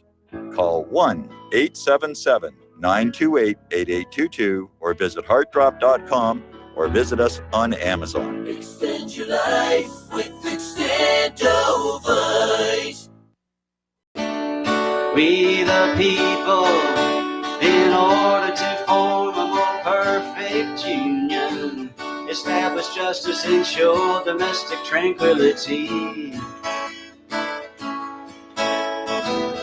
provide for the common defense, promote the general welfare, and secure the blessings of liberty to ourselves. And aloha, America. Welcome back to our show. We're going to go right back to the phones here to Scott in Dallas. Aloha, Scott. Welcome to the show. What's on your mind? Well, I just want to touch on something. This is a bill, a New Hampshire bill that was just failed in their election or whatever about like 3 or 4 months ago. It's House Bill 507 FNA local. And it's regarding the right to travel. And a lot of people are all confused. Oh, do we have the right to travel or not? Well, this bill completely defines in legal terms everything that a person needs to know. And the reason I'm getting this out there is if people can go to rurallawradio.com, and we're really delving into this and how we want to get it out there to all these public officials so that they cannot say that they do not know what the law is. In fact, they're deemed to know the law. But anyhow, just in the analysis, this bill restates the right to travel, in quotes, and requires the Department of Safety to provide at no cost to all non-commercial automobile and non-commercial conveyance owners a decal and identification card. That safety holder is exempt from registering his or her automobile or other private conveyance under the superior authority of RSA of the Uniform Commercial Code, which provides exemptions for non-taxable consumer goods, in quotes, and household goods, in quotes. This bill Now, also repeals... Scott, you told me that this bill failed in the legislature up in New Hampshire, right? Yeah, can I finish? You This can, bill but it also seems like you're repeals- kind of flogging a dead This horse. But bill- go ahead. Okay, there's a reason for this. This bill also repeals requirements for certain travelers or drivers to acquire non-commercial driver's license. It repeals the driver's license. And it's flogging a dead horse because nobody knew about it, I'm sure, in New Hampshire. And the amount of people that didn't even show up to vote, because I spoke to the clerk of the courthouse or whatever, the state house. But this just goes in to define what people don't know. And if they had this piece of paper, why aren't they cramming it down their representative's throat saying, we know the truth here? Just reading the statement of purpose, 3 sentences. That was only 2 sentences I read. Statement of purpose. The general court finds that the jurisdiction and authority of the Department of Safety is limited to only commercial users of the public ways, and that the corporate state employees have, by their silence, failed to fully inform the sovereign people of the state that an automobile has been confirmed by Chief Justice Grimes in 108 New Hampshire to be private property defined as household goods and consumer goods, not for commerce use or for profit or for gain. Further, the courts have found that the corporate public servants who ignore their accountability as mandated in Article 8 of the New Hampshire Bill of Rights by their silence and failure to fully inform the sovereign people of the consequences arising from the corporate offer to contract is deemed silent deception and inducement by fraud, as well as committing the tort of conversion when taking or seizing the certificate of origin in violation of the Fifth Amendment. So, with that, everybody that knows or that has heard about the right to travel, this confirms it because it goes and it identifies what a traveler is, what a driver is. It tells you exactly what the legal terms are, the terms of art. And so if everybody knew about this, if everybody got their document and took it to the representative saying, why aren't you standing up for our rights? We actually know more than you and you're deemed to know this. So that's all I got for you. Okay, well, Scott, certainly a lot of very flowery language here, but you yourself said this bill failed in New Hampshire. Okay, so it's basically everything in it is null and void. Now, I have a hard time thinking that states are going to give up requiring that cars be registered because they generate revenue from that. And it's actually a good thing to have a license plate on your car in case it gets stolen, which I went through myself a couple of years ago. As far as having a driver's license, I think we're justified in making sure that only people who are competent can drive on the road. So I can understand why this bill did not get very far. And there are certain services and certain things that the government does that are a benefit to the public, and regulating the roads, regulating drivers, keeping us safe on the roads, I think is definitely an important part of it. I wish they would spend more time repairing the roads or keeping the roads in good shape. Anyway, Scott, thanks an awful lot. We're going to let you go here. And every once in a while, we get a caller into the show who seems to have this idea that he's got a magic incantation which will free us of the imposed obligation of having to register our cars or having to get a driver's license. And it's nice fantasy, wishful thinking, but it's just not real world. And this show is about real world. Speaking of real world, something that didn't really get a lot of coverage again on the corporate media, there was a massive earthquake off the coast of Oregon, 6.3, right on part of that Cascadia subduction zone. And, they've been having a lot of small quakes up there.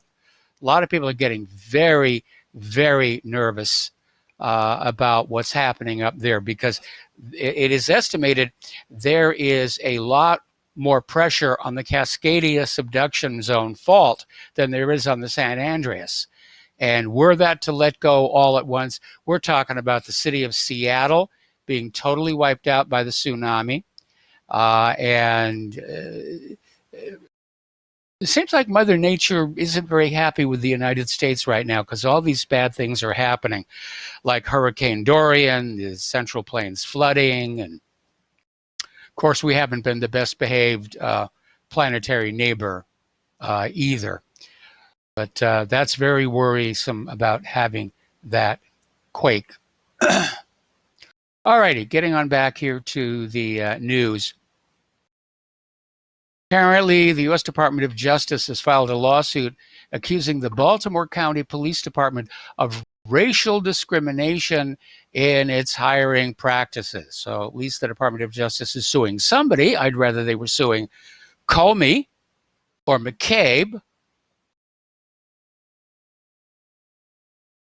All right, so there's still a big stink going on about Lawrence O'Donnell over at MSNBC, who ran with a story yesterday saying that some of Donald Trump's outstanding loans were being held by Russian oligarchs with links to Vladimir Putin. The story turned out to be completely bogus. MSNBC and Lawrence O'Donnell now have egg all over their faces. He's been forced to retract and apologize. And apparently, O'Donnell got hoaxed by a user over on 4chan. Apparently, somebody posted this on 4chan. O'Donnell said, "Oh, great, we can use this to go after the president." Didn't fact check it. Has burned himself and MSNBC's credibility, as if there's any of it left here. Now, when I was in college, I had to take some non-major elective courses, and I took a year of journalism. And back then, the rules were pretty simple. You double check everything. You get a second source for everything. You never publish unless you know for a fact that what you're publishing is the plain unvarnished truth. And today we're seeing professional media, corporate media like MSNBC, they're rushing to air with rumors they're getting off the internet. That's not journalism. So I'd like to see O'Donnell get fired, not because I have any particular issue with him personally, but maybe if some of these prostitutes and correspondents were to lose their job over this kind of shoddy reporting, we wouldn't see the shoddy reporting anymore. Okay. Now, up in New York, they just passed a law that is going to erase marijuana convictions for 10,872 New Yorkers. Gone from the record. Won't show up in a police search, won't show up in an employment search. I think that's a good thing. I mean, compared to some of the stuff that's out there, I mean, marijuana is pretty low-key. And talk about lousy timing, they're getting ready to decriminalize it here in Hawaii. And we got some of the best stuff in the world. And, of course, now the big rage is vaping. Oh, everybody, the vaping. There's been a death from vaping. And got to stop vaping. I think the tobacco companies are behind all of this. All right, for those of you who are still following Jeff Epstein, you're going to love this next story. Apparently, there actually were cameras in the hallway outside Jeff Epstein's jail cell which could see into his jail cell. And apparently both of them malfunctioned the night of his death. One of them is so weird, has video for the whole first part of the night, then the video becomes unusable during the time of death, and then all of a sudden it's usable again, according to the FBI. We have no idea what happened. Boy, oh boy, the FBI isn't what it's portrayed to be on TV and movies. Pretty obvious what happened. The cameras were shut down and the video was sabotaged to cover a murder. Even Epstein's own lawyers are saying they don't buy the suicide, and I don't buy the suicide. And I don't think Epstein is interred with his parents in that mausoleum. I think he's down there in the Cayman Islands playing canasta with Ken Lay. Because that's the only way that they could keep him from activating his dead man switches on all these top politicians. I think Epstein is still alive. So, apparently Alexandria Ocasio-Cortez is still on her campaign to abolish the Electoral College. Let's just make it a popularity vote across the country, and then we don't have to worry about campaigning in states like Indiana. We just campaign in the big cities.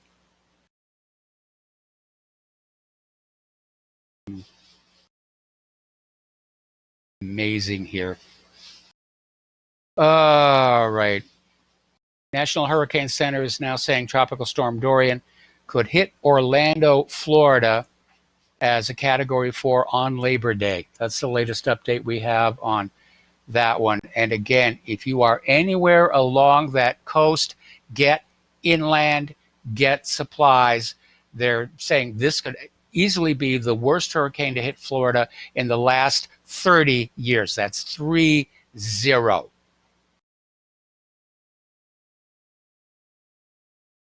Err on the side of caution here.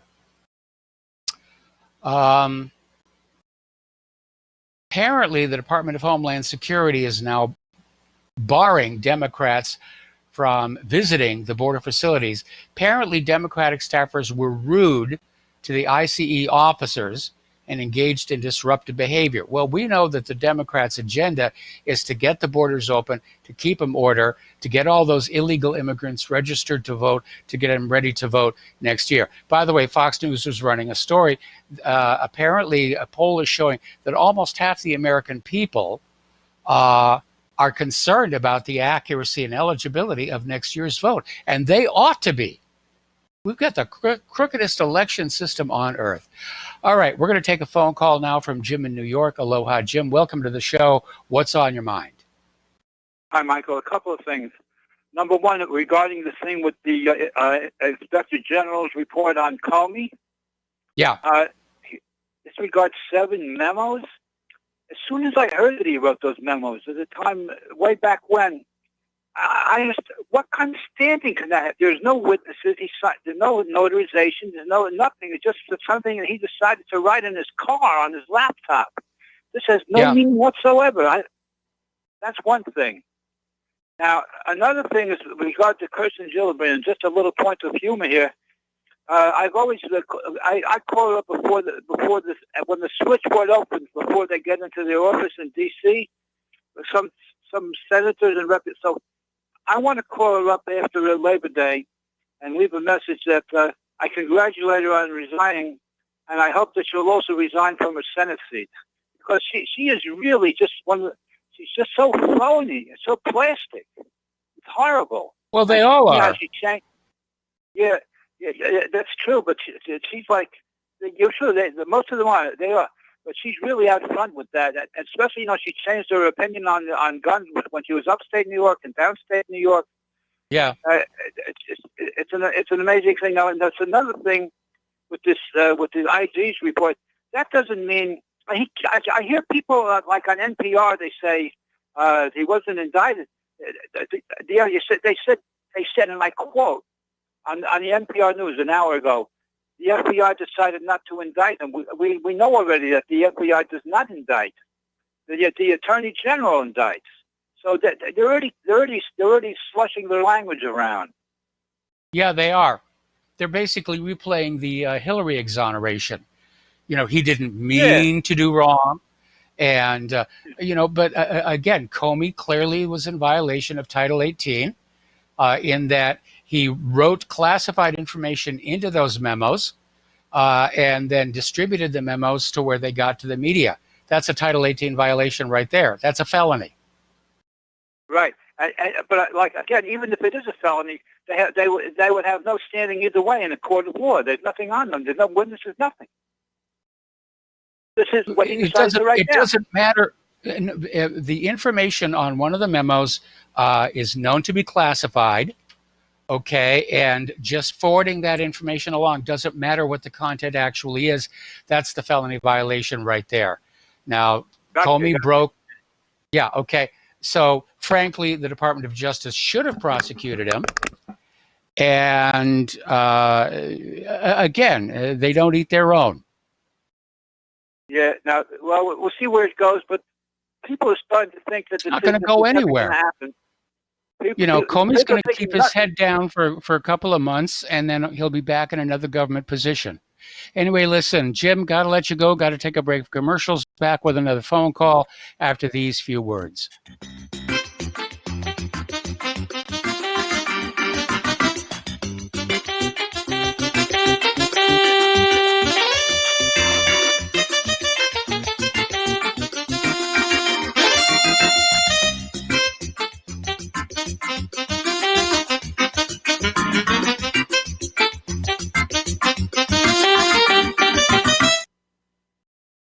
Republic Broadcasting Network depends on listener support of our advertisers and of our sponsors. We'd like to especially thank all of you who have taken advantage of our fundraiser with FrontSight Bonus. Those who are now FrontSight members, please train as soon as possible for your sake and for that of our nation. And please consider sharing your training and what you've learned when you arrive home. Republic Broadcasting Network has to stop promoting this fundraiser on air and on the website in just a few days. Dr. Ignatius Piazza, president of FrontSight, made a gracious exception to his no media rule for us at Republic Broadcasting Network. Thank you, Dr. Piazza. And once you've been to FrontSight, feel free to call your favorite host and share your experience on the air. We can continue this fundraiser without media help, but it'll be totally up to the listeners to spread the information. Please call Dan Sutterfield in Missouri at 573-465-2356, 573-465-2356. That's 573-465-2356. How healthy are your arteries? Deteriorating circulation has a number of early warning signs. High cholesterol, high blood pressure, fingers and or toes often go cold, arms and or legs often go to sleep, sharp diagonal crease in the earlobe, short walks cause cramping or pains in legs, memory is not as good as it used to be, ankles swell late in the day, chest pain after physical exercise or emotional stress. If you experience even one of these symptoms, your circulatory system is crying out for attention. Extendivite is a natural solution to help improve your overall health. Extendivite is not your average heart tonic. To order, call 1-877-928-8822 or visit heartdrop.com or find us on Amazon. Extend your life with Extendovite. Folks, this is very important information. What's to be said about CBD? AncientLifeOil.com. Our CBD is made from hemp and has 0.003 THC, which means this wonderful product won't get you high, no matter what amount you take. What does CBD do for the body? My hands are tied, but you can Google CBD benefits and be astounded. When you're finished reading, you'll want to log on to AncientLifeOil.com. That's AncientLifeOil.com and purchase. Life is good when you feel good. People are tired of pain. People are asking for non-GMO organic products to help them with, you fill in the blank. Legal in 49 states, and again, our CBD is made from hemp. Ancient Life Oil is about helping people one by one by one. If you wonder how good the product is, the CEO takes it every day without miss. AncientLifeOil.com. That's AncientLifeOil.com. republicbroadcasting.com. Have a great day.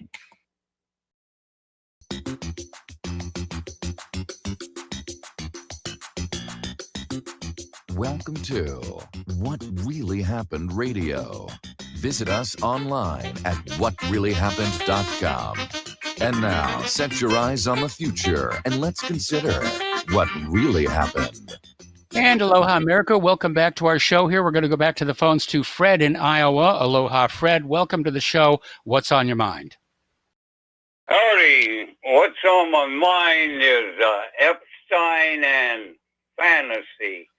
But first of all, I'd like to say to Scott, my respect. Keep calling and call other hosts. And now, Michael, you had in college journalism teaching and research. Well, by golly, I've even researched on the internet about Epstein. Okay. Now, I don't think whether Epstein is dead or alive or drinking a mid-julep in Alabama or in the Virgin Islands or Russia, I don't think our nation will fall or stand if we hear about the most current titillating news about Epstein and about Fantasyland.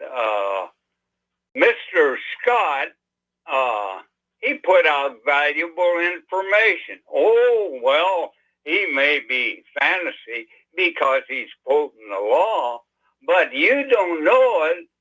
But you've been quoting the law of God when you mention earthquakes, fire, tsunamis, and all this.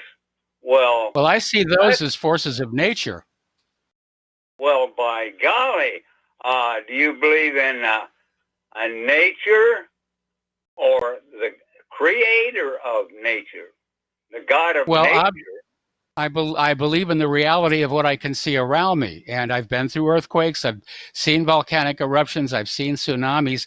That's the reality. Now, in terms of Scott's observations, there are a lot of people who are, in this country who are tired of all the little fees and the chipping away at your wealth that happens at levels of government, whether it's the county government, city government, state government, and they're trying to dream that there's some kind of magical way to get away from that. It's just not so.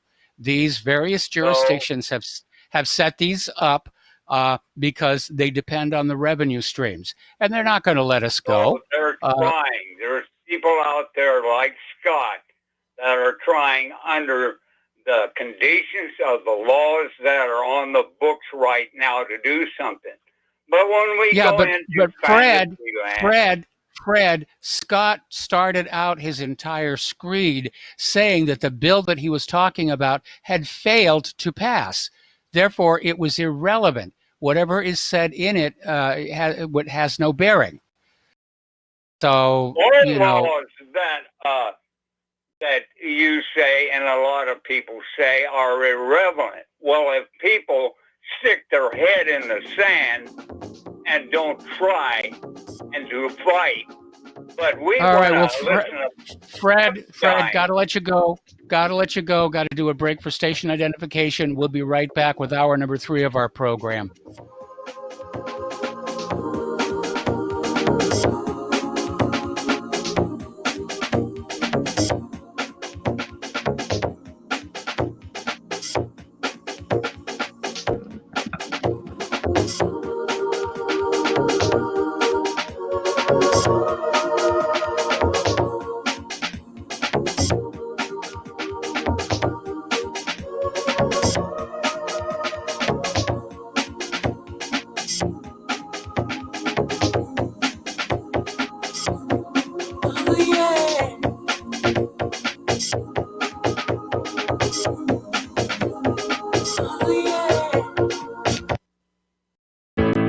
The reviews for Extendivite are amazing. Here are some from Amazon. By Christine. Great for heart palpitations. By Ann. Before I started using this product, every afternoon, my ankles and my hands would be swollen. That doesn't happen anymore. So if that part of their advertising is true, I have to assume that the rest of it is also.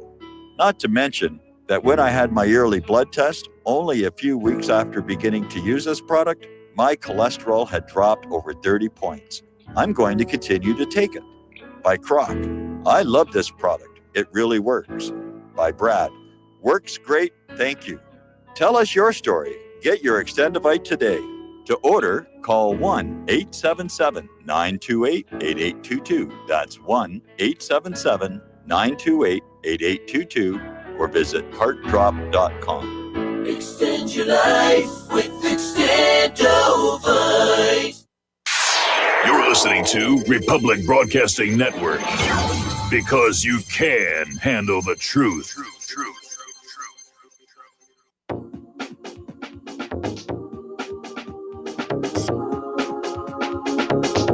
What Really Happened with your host, Mike Rivero. The history the government hopes you never learn. Here is your host, Michael Rivero. And aloha, America. Welcome back to our show. Hour number 3. The phone lines are open, 800-313-9443.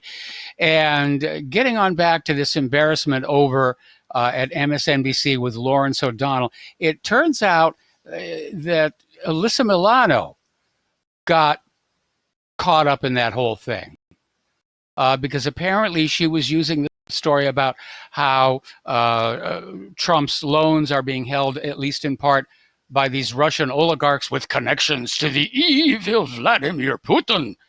And she went out there trying to shame Trump supporters. How can you support Trump when he's obviously, under the sway of Vladimir Putin? And of course, the story has now blown up.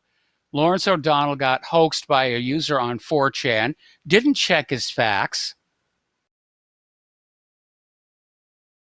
just went with it. And Alyssa saw it, said, hey, this looks good. I can use this to attack Trump supporters, and just went with it. And it's turned into a huge embarrassment because these people have forgotten the rules of real journalism, which is multiple sources, everything confirmed. You check your facts. You don't just go with wild rumors. We've got too many wild rumors.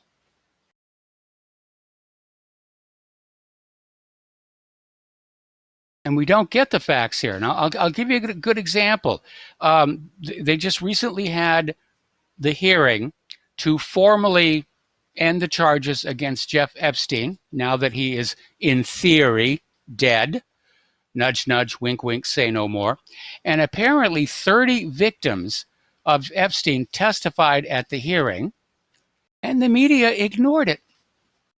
No. We're going to go with the story about Trump's loans being held by Russian oligarchs. So,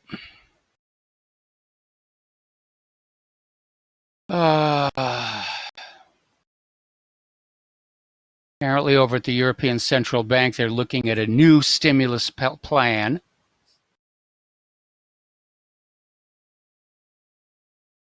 Seeing a lot of stuff about the economy, tariffs affecting the market negatively, people getting laid off. They've got good bosses, but everyone's concerned the economy is going to take a downturn. And the PC police are back over there at George Washington University, where the school administrators have given it to students who protested against the school's mascot, Colonial. And it used to be called Colonial Central.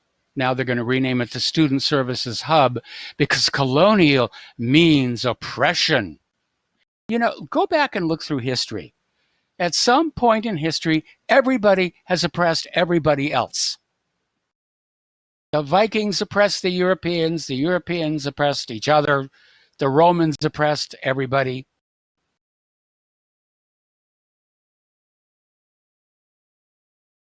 It's just ridiculous. Oh, excuse me. Now, apparently the College Board announced that it had abandoned plans to add a so-called adversity score to the Scholastic Aptitude Test, the SAT. And David Coleman, who's CEO of the College Board, insists he listened to thoughtful criticism of the proposal, which presumed to measure student hardship by tabulating socioeconomic data, such as average family income, crime rates, educational attainment in the applicants' neighborhoods. But on closer examination, the College Board seems to have preserved the misbegotten adversity score under a different name. And so basically, when your kid goes in to take the SAT, they could actually lose out to another student who simply ranks higher on the, oh, woe is me, my life's adversity is higher than yours. Apparently, Alexandria Ocasio-Cortez made this bizarre video. Well, she's making a lot of them. That one basically dissing the World War II generation. But she's made another video admitting climate change wakes her up at night. And she's also worried about diseases escaping the melting glaciers. Now, there is some legitimate science there, that buried in those glaciers, there could be ancient microbes, that as the glaciers reach the edge of the shore and they calve into icebergs, could be released, but it's remote. It's a remote possibility. But for Alexandria Ocasio-Cortez, this is what worries her. Germs and icebergs. Okay.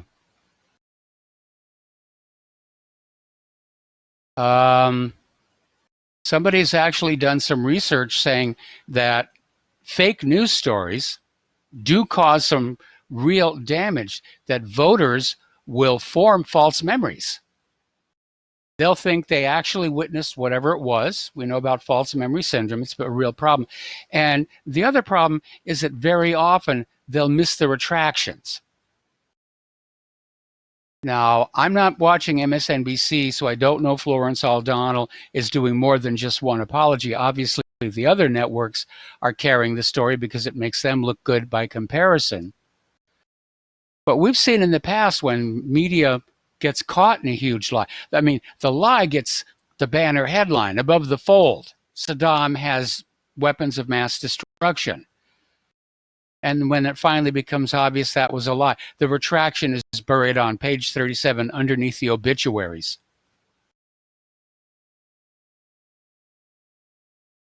Apparently, Rashida Tlaib came out with a tweet that denounced America and apparently the Declaration of Independence.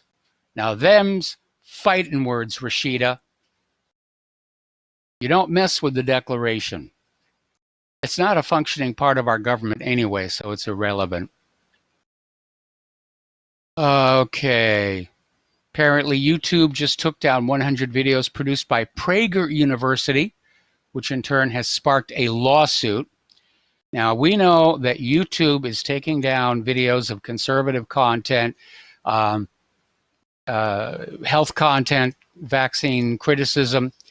But apparently, I mean, you know, they took down activist post. But apparently, Prager University is considered a liberal school. They've had their videos removed. They're taking legal action to try and determine once and for all, what is the mechanism that's at play at these social media companies that determines what does and does not get cut and censored? Because nobody seems to know. It does seem at times rather arbitrary. Maybe it's another case of a dartboard. You know, whew, this video gets to say, whew, that video goes, whew, that video gets to stay, so forth and so on. Getting back to the world of political correctness, Marvel Studios has basically going to launch the next film series, The Eternals, will include Marvel Comics' first openly gay superhero. My instinct is telling me this will not do very well. And again, for the reason I said earlier in the show, I don't care if somebody's gay. I just don't want to have it constantly being shoved in my face. I don't know about you, but I go to movies to be entertained. I want to laugh. I want to enjoy a fantasy. I want to see an alternate universe like Avatar. I don't want to go to a movie and have political correctness and social justice just blasted at me like we're in some kind of sick 1984. So, no, I will not be going to see this movie. Anyway. Apparently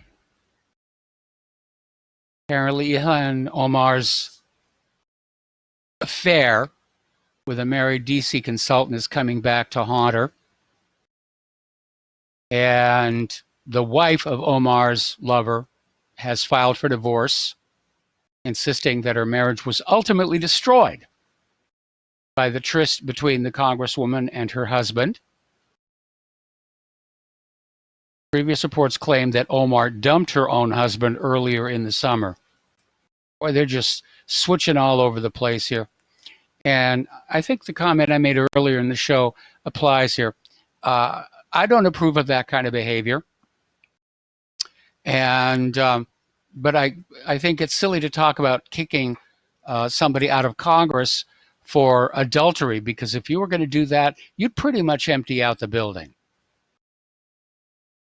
That's just the reality of political life out there. Okay.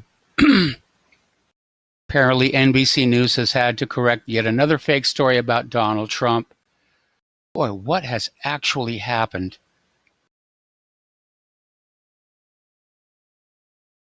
Apparently, Dave Chappelle is in trouble with his latest Netflix comedy special. Dave Chappelle, he does tell the truth. We will grant him that, but it does get him in trouble. Earlier, we were talking about the Chinese student who wanted to bring in a bulletproof vest to the U.S. and customs wouldn't let him into the country, and how upset they were. And I was saying, you know, bulletproof backpacks are being sold for kids. But apparently, according to this story, the bulletproof backpacks are failing the tests. They're really not as bulletproof as the advertising says. Well, again, in this day and age in the United States, hardly anything is what the advertising says it is. But if you're talking about spending the kind of money it takes to buy bulletproof anything, and by the way, you need to keep in mind that Kevlar does not have an infinite lifespan. It's good for maybe at most 5 years. And after that, it's got to be replaced. But you're buying a bulletproof backpack because you think it's going to keep your kid safe. And I'm sure from the manufacturer's point of view, they're thinking, this thing's never going to get shot at anyway. It's, you know.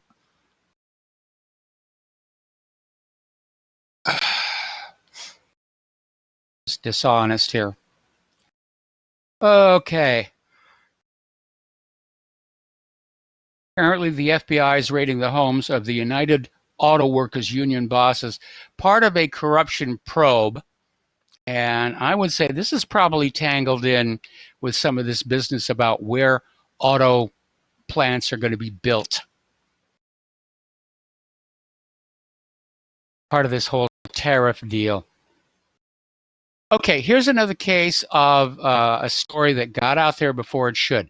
Trump administration ending automatic citizenship for U.S. troops' children born abroad. And everybody just went, horror of horrors, how could you do that? And again, it turned out this was another bogus story that just got out there. It's almost like corporate media is out there saying, if it makes Trump look bad, go with it. don't bother fact checking it. Just get it on out there. And if we have to apologize, we'll do it in a little, kind of a meek little voice here, coming back from commercial. That's not news. That's propaganda.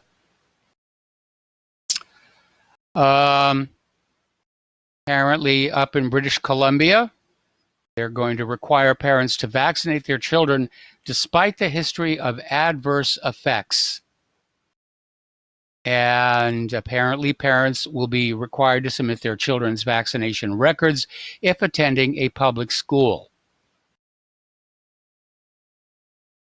And people are concerned because some of these vaccines do have adverse effects.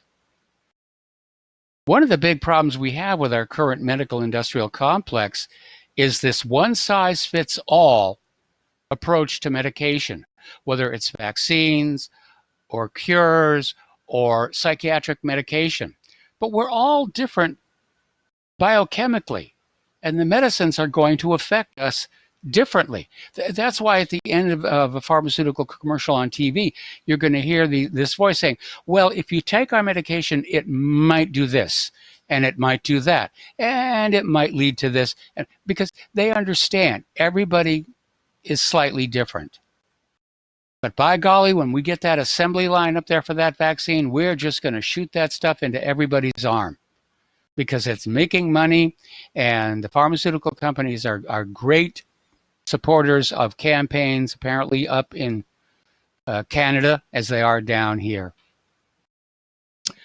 Well, we mentioned this the other day. Apparently, Costco opened their first store in China, and they literally got shut down by the police because the crowds just got so out of control. Seems very un-Chinese, I think. Okay, Hurricane Dorian is intensifying as it heads toward the Florida coast. All righty.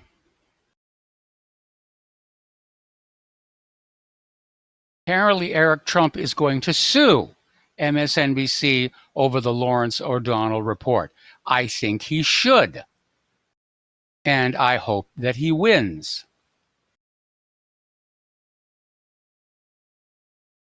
Because somebody's got to make an example and get the corporate media back to serving the public interest and not just corporations and politicians here.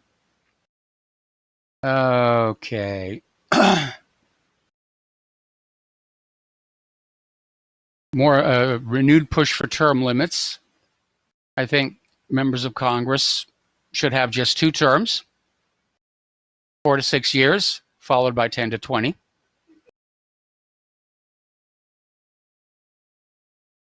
So Eric Trump is going to sue here. Don't you just love this kind of stories? Apparently, this man in Maryland, Leon Houghton, resident of Bowie, Maryland, spent nearly 3 months in jail when airport customs officials mistook his bottles of honey from Jamaica as liquid meth. They didn't bother testing it. They just said, oh, that's liquid meth. You're going to jail. 82 days in jail. Still have not apologized.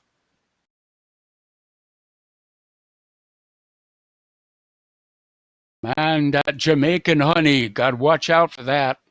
Anyway.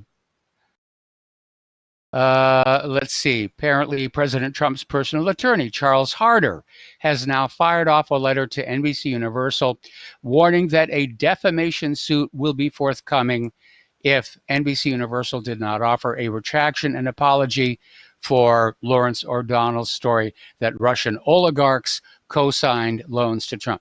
Lawrence just stepped in it. He got hoaxed by a 4chan user. He just stepped in it. All righty. You know, it's interesting. Fox News was commenting on this earlier, where the New York Times has once again made changes to the online version of an article when leftist critics felt they needed to add more spin. In this case, adding racist references. Oh, no, there's not enough racism in this story. And the New York Times said, yeah, okay. Well, okay, then fire the editorial staff of the New York Times and let the leftists, work in the copy room. That's basically what they're allowing to happen. Is they're letting the newspaper being written by the public. Well, hey, that's what the internet used to be for. It's amazing here. All righty. Apparently, distracted driver cameras are the new rage, where they're going to be peeking through your windshield and making sure that your eyes are firmly on the road. All right, we got to take a break for commercials. Join us on the air, 800-313-9443. We'll be right back.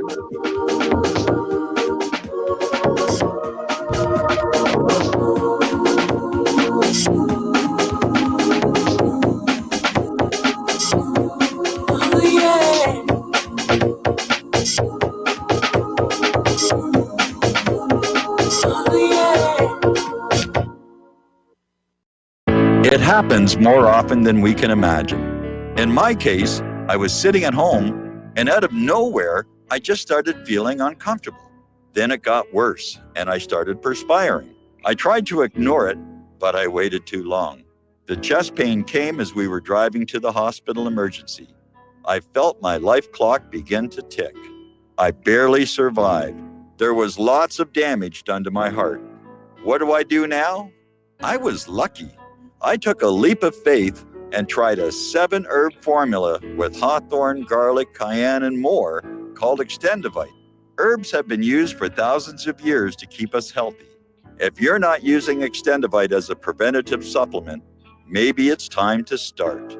To order, call 1-877-928-8822 or visit heartdrop.com. Extend your life with Extendovite. Folks, we're living in a world the likes of which we've never perceived any clearer than we do now. The plan for global governance has been in the works for generations and would have likely been achieved by now, but for the fact that the globalists left open their Achilles heel. With all their tools, Federal Reserve System, fiat currency, no child left behind, and then Common Core education introduced to our schools to dumb us down, vaccines, pharmaceuticals to lobotomize us, GMO foods, insertion of compromised or bought and paid for politicians, judges, mainstream media propaganda, all pieced together like a puzzle designed to ultimately bring the world under submission. But with all their strategy, they forgot one thing: knowledge. And knowledge is power. With knowledge, their bombardment is nullified. Folks, with that, as brilliant and knowledgeable as you've become, among the wisest audience of any radio audience in the world, and you are, I want you to take a moment to reflect and ask yourself, how much of that knowledge did I obtain from Republic Broadcasting Network? How high has my consciousness been raised since I've been a listener? How fast am I now able to discriminate truth from fake news by being a Republic Broadcasting listener?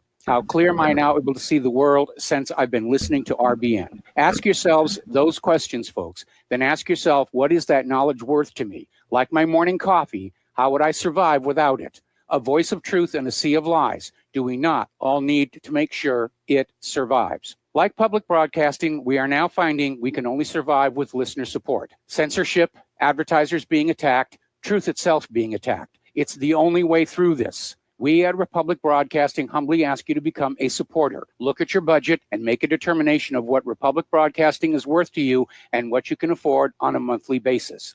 Go to republicbroadcasting.org and pledge 20, 30, 40, 50, if possible, 100 a month or more if it's affordable. Click the donate button and become a regular monthly donor. Assure both us and yourself that Republic Broadcasting truth will continue to flow like that morning coffee. The network thanks you. Some are maxed out all their credit cards. Some are working 2 jobs and living in cars. Minimum wage won't pay for a roof, won't pay for a drink. If you gotta have proof, just try it yourself, Mr. CEO. See how far $5.15 an hour will go.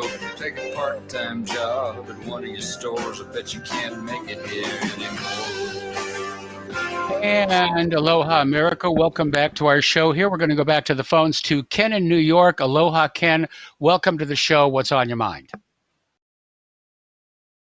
Hi, Mike. I wanted to mention something about what you were just talking about as far as pharmaceutical goes. There's another little passage that I've found in most medications, even insulin, where there's like a statement. It says something to the effect, the exact mechanism by which this occurs is unknown. Have you ever seen that? Yes, I have.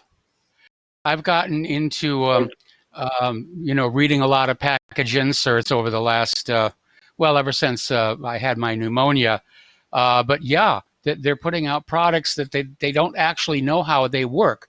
They just have a body of evidence that says, when we shoot this chemical into this person, sometimes they feel a little better. And that's what they go to market. And it's getting harder and harder to tell the difference between the traveling Wild West medicine show salesman and the modern pharmacist. They're both out there just pushing these products of dubious efficacy, of possible, harm, and it's all for the money.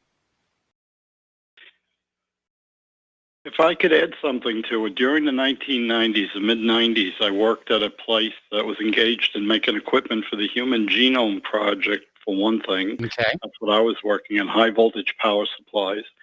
And the other thing that other people were working on were something called drug discovery.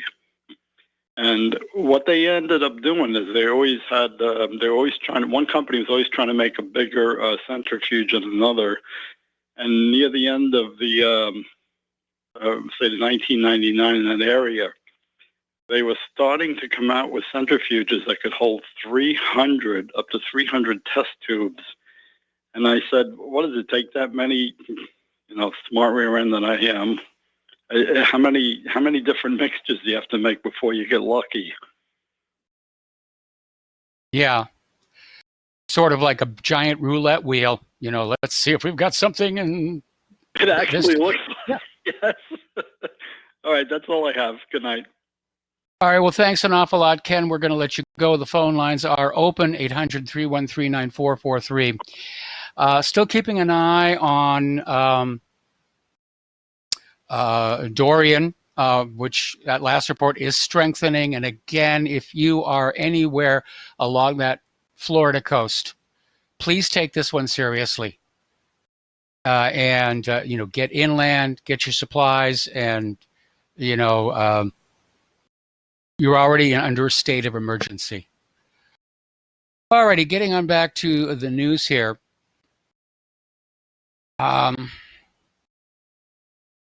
Let's see. Okay, we talked about this before, but this is a different story in the same thing. The FBI Crime Lab is examining 2 cameras from the area outside Jeffrey Epstein's cell, which reportedly malfunctioned the night that he died. And the 2 cameras would have had a view into the Manhattan jail cell where Epstein died. Now, 1 camera malfunctioning on that critical night, maybe. 2 cameras, the 2 cameras that had a view into his cell, malfunctioning on that night. You don't have to be Fellini to figure this one out. Wow. Everybody's out there on gun control all over again. Apparently, a lot of gun owners are feeling that the GOP support is kind of, soft. And that the GOP is starting to switch over to the left regarding gun rights. That's kind of a scary situation here. So, more self-defense gun stories. Apparently over at Yale University, there's a professor out there insisting that the Darwinian theory of evolution cannot explain the origin of species, even though that was the name of the book. And every once in a while, we'll see this where somebody will come on out and say, no, Darwin's theory of evolution shows how species change, but there had to be a God, or they had to be intelligent design. And folks, all it takes is that first self-replicating molecule. All right, we're going to take another phone call. Actually, no, we're going to wait until after the commercial break on this one here. And meanwhile, apparently it has now become an open secret that these fake pictures of the burning Amazon that celebrities are waving around to scream about global warming are 30 years old, and that the actual fires in the Amazon are not that big a deal. All right, we're going to take a break here for commercial. We got a caller waiting on the line, and we will be right back.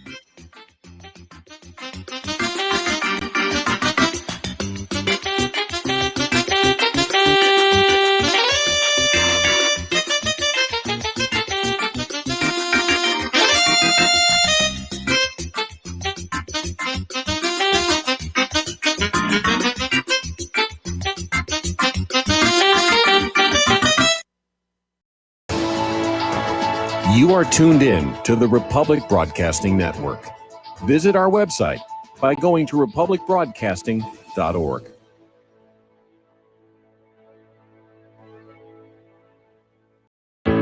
Many people write us about their experience with Extendivite. Allow me to read you some from Amazon.com. It really does work like the review says it does. I cannot believe that after the first few days, I didn't feel as sluggish or clogged up. It has had a profound impact on my physical, emotional well-being. I'm skeptical as most people about products and their claims, and I never write reviews, but this is a wonderful product and I recommend it to everyone. Great product. It has brought my blood pressure from the mid-150s over the 80s to the mid-130s over mid-80s, along with diet and exercise in just the past couple of months. Excellent. Thank you, David. Tell us your story. Get Extendivite today. Call 1-877-928-8822 or visit heartdrop.com. Extend your life with Extendovite.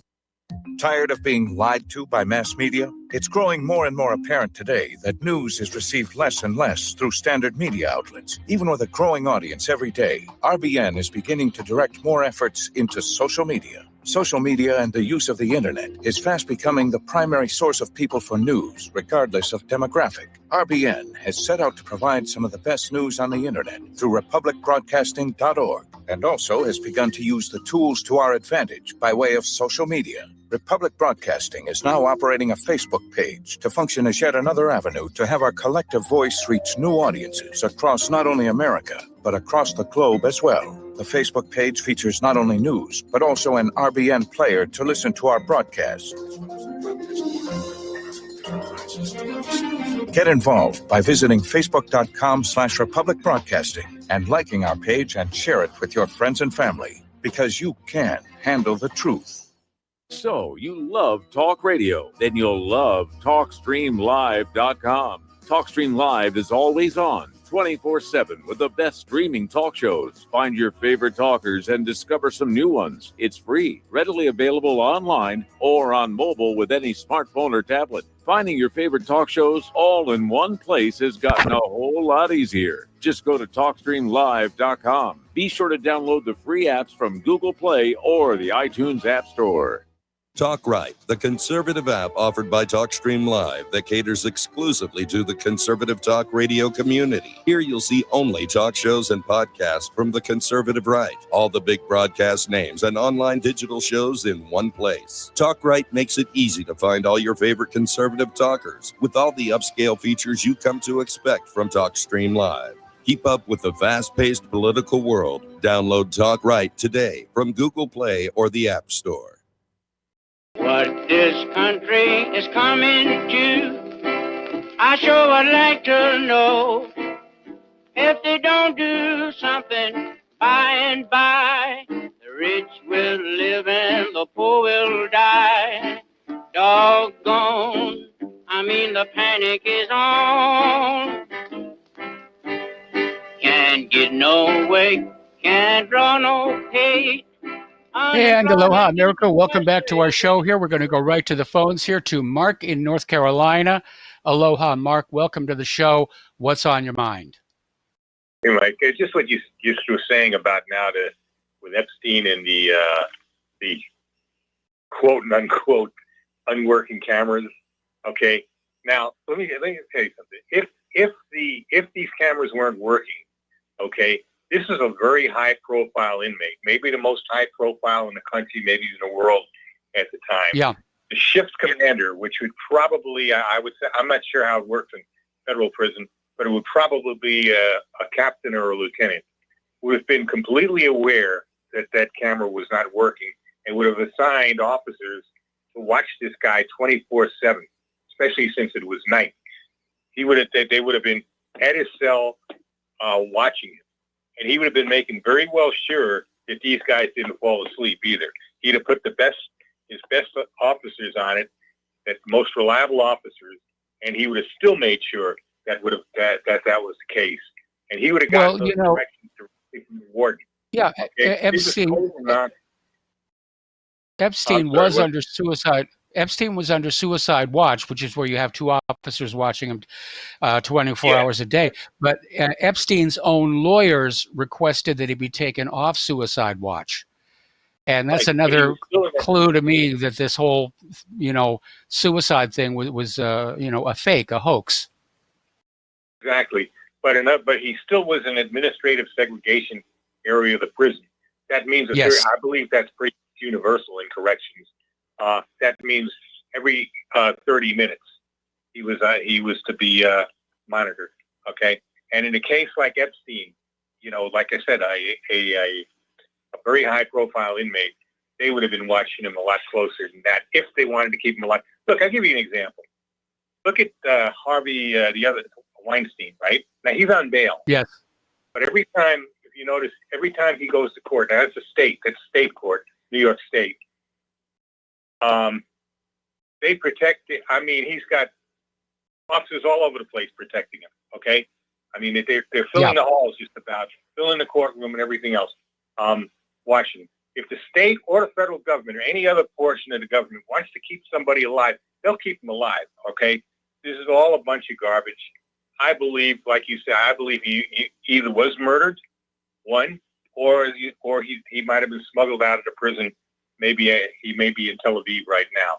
Okay, maybe. I think the latter. I think the latter, because if he was murdered, a man like that is going to have dead man switches that would be released and burn some of the top names. So, in point of fact, I think he's still alive.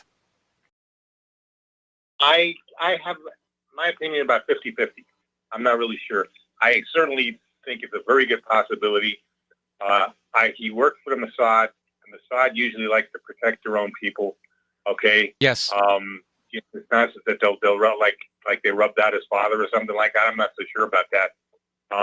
As long as he cooperated with them, I get the feeling that they would have done everything they can to protect, to bring him back to Israel.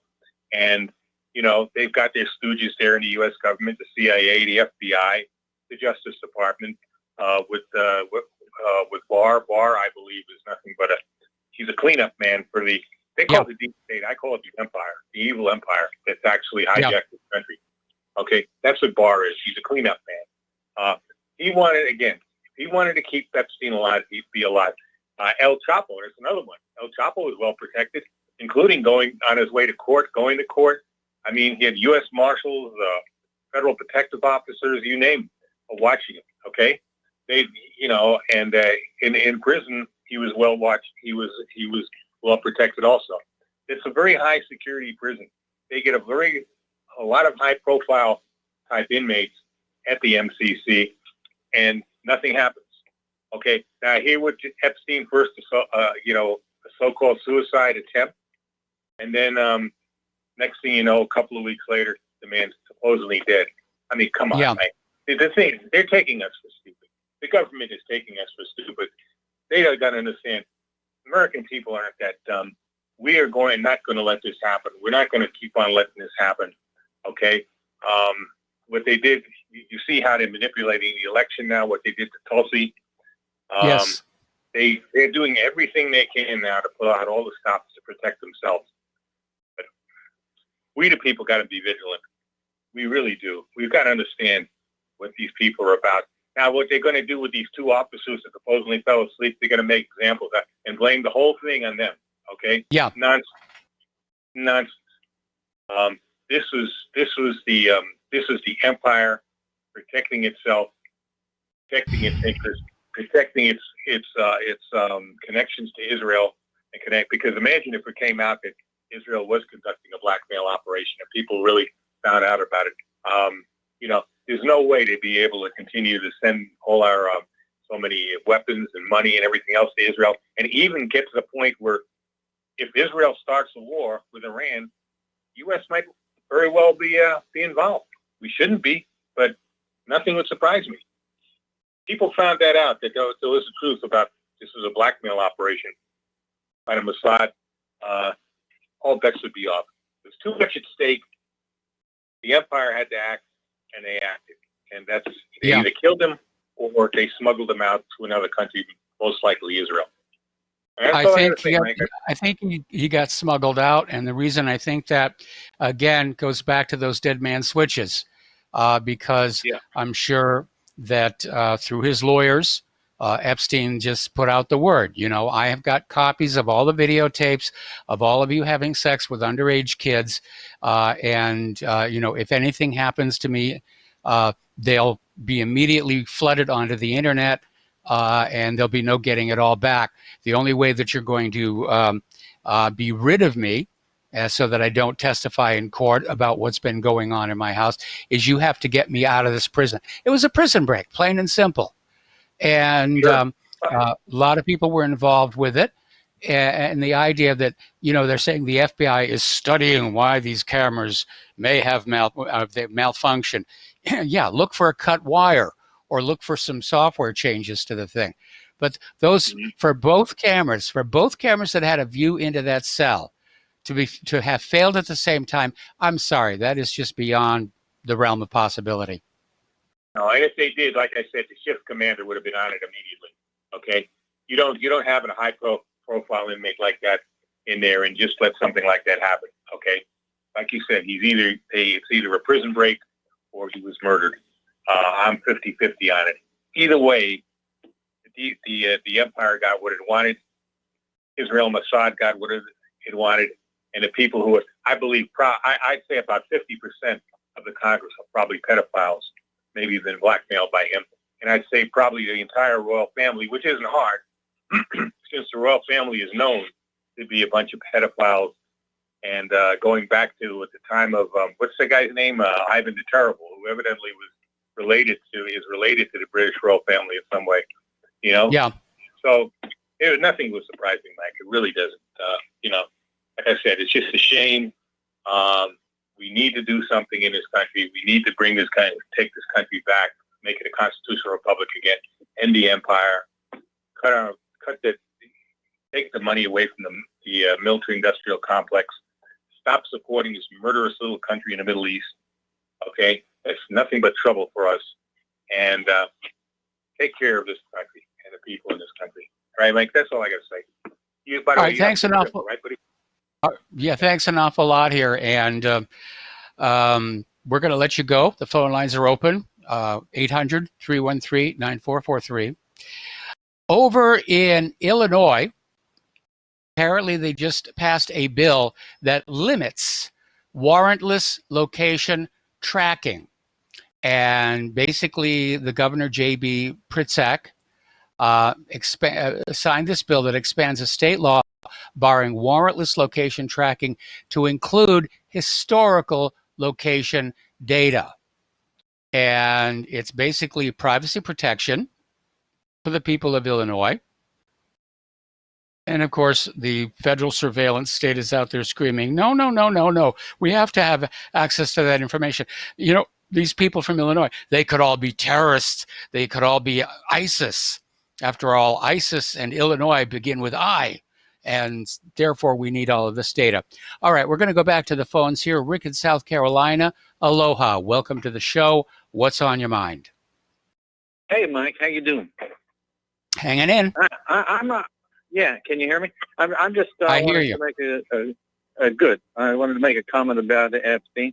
I have a little bit of a different take, very similar to what you're talking about. And, if you look at the fact that he's definitely connected to Mossad, and that Yes. Perhaps Maxwell's daughter is involved with the Mossad as well, and is probably his handler. They always have a handler, when you're in the Yes. Secret Service, right? And so therefore, after the fiasco where he got caught in Florida, you would have thought that they had years to plan what to do to prevent another scenario where he might get dragged before the courts. So, of course, the best thing is the witness protection program, where people enter it usually by faking death, so that way Yes. everybody believes they're dead, and then they can continue their life under a new pseudonym, and then, everything's hunky-dory. Now, I think that the Mossad, you got to understand, they know everybody in America, anybody with influence, particularly on the Democratic side and the Clinton side. And to think for a second that Epstein and the Mossad didn't know that the New York's the Southern District of New York's Justice Department was after them would be really foolish. So of course they knew that, and he just didn't happen to fly in there unknowingly and suddenly get snapped. I don't buy that for a second. I think that this was all planned, and they had to stage his death. And so they set it up so that he would, supposedly be nabbed, supposedly get, incarcerated there in New York, and then miraculously, commit suicide. That was their plan all along. So I don't believe he was ever in New York. I believe it was a double to make it look like him. And then all they had to do was stage the suicide. And to do that, they had to knock out the cameras because it was fake. So if it wasn't fake, the cameras would. Yeah, let me cut in here a little bit here, because I always favor Occam's razor. Given multiple theories, the simplest one tends to be true. And the problem I have with your theory is, why go through the trouble of setting up a phony arrest at the airport and all this negative publicity that's going to draw attention to what's going on, as opposed to, if you want Epstein to be conveniently dead so he can go into witness protection, fake a car accident or something. There are much easier ways to do it that don't attract attention. The way Epstein was arrested at the airport and the salaciousness of the charges attracted way too much attention. And I think the Southern District of New York, the prosecutor, was legitimately doing his job, and just managed to keep this all secret until the arrest was actually made. That's the simplest and best explanation. Well, I would just sort of counter that by saying this. Okay, what if, say, the white hats were involved with this, right? So what if they had, say, worked out a deal where they said, okay, we're going to bring down a lot of these pedophiles. Well, what if, because that's what they set out to begin with, to get dirt on people and then use it for blackmail. But what if they decided to, say, come clean, and then they said, okay, we're going to bring down these pedophiles. So what we'll do is, we'll stage his arrest and everybody. We'll keep the heat on all the people who are going to be convicted in the future, and we'll try and make them trigger, some maybe attempted murder of him in jail, so they can put the heat on them on purpose for several weeks. And so if they would have done that this way, the high publicity, everybody who's guilty, there's probably hundreds of them, the elite in Hollywood and a lot of politicians in D.C. and all over the place, and, all kinds of people. And so this would have put the fear of God in them, and then they would force them to make mistakes. And so what they would do is be watching all these people that they have on this black book, that he's got, and they would watch them to look to see if they would make mistakes. And say, for instance, they noticed that there was $20 million being transferred out of the Clinton fund. And so perhaps if it's a white hat scenario, I could see that happening. They would want to have a very high public, and if he's in the witness protection program, for the white hat, I would say, yeah, that would make sense to make it a very high publicity stunt. Now, if it's the black hats doing it, I would agree with you. Then I would say, yeah, a plane crash or a car accident out in the middle of nowhere. Okay, well, we're going to have to agree to disagree on this one here because, again, I think the simplest explanation is going to be the correct one. You know, I know it's fun to start with a theory and embellish and add detail and say, well, maybe we could have this as well, and this was happening over here. Well, this was no, KISS, KISS, keep it simple, stupid, and Occam's razor. And that's really the way to go. I think Epstein simply let it be known that if he went to trial, he would name names and that he wanted to be sprung. And that he had dead man switches all set to go if anything did happen to him in that prison cell. And I think basically Mossad, CIA, FBI, New York police, a lot of people got involved. A lot of people got very rich here. What's really going to be interesting is looking at the people who were involved in the Epstein case and see who gets promoted in the near future. Because if you remember during the assassination of John F. Kennedy, the officer who was in charge of Dallas PD security for John F. Kennedy eventually became chief of police of Dallas. And the man accused of allowing, what's his name, Jack Ruby into the basement of the police station to shoot Lee Oswald was eventually promoted to chief of police of Midlothian, Texas.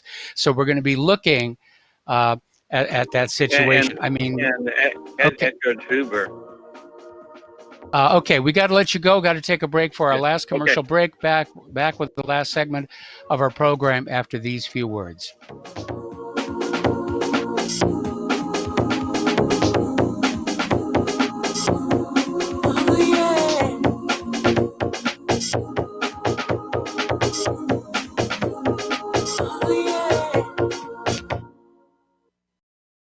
Homeowners, if your lender has gone out of business or sold your transaction to another lender or servicer, you may be the victim of a wrongful foreclosure, resulting in the loss of your home. If you've already lost your home, are in foreclosure, or even in good standing, you can challenge the mortgage transaction's illegal issue, and your property can be restored to you, and your foreclosure can be stopped or reversed, and the mortgage transaction declared unenforceable. State laws, U.S. title codes, the Uniform Commercial Codes, and U.S. Supreme Court rulings have upheld that defective mortgage documentations can reverse or stop foreclosures and enforce property title claims in favor of the homeowner. We are having successes in stopping the process of foreclosure, the enforcement of the foreclosure judgments, the sale of property, and evictions after the sale. We are not attorneys, and we don't give legal advice. We are a professional team of legal researchers, providing forensic mortgage audits and expert witnesses. We have the knowledge to produce the evidence and enforce laws regarding your legal issues. We've been in business for 12 years without a complaint. Consultations are free, and we provide a free title search to confirm if your mortgage has legal defects. Please call 855-253-3748. 855, keep it today.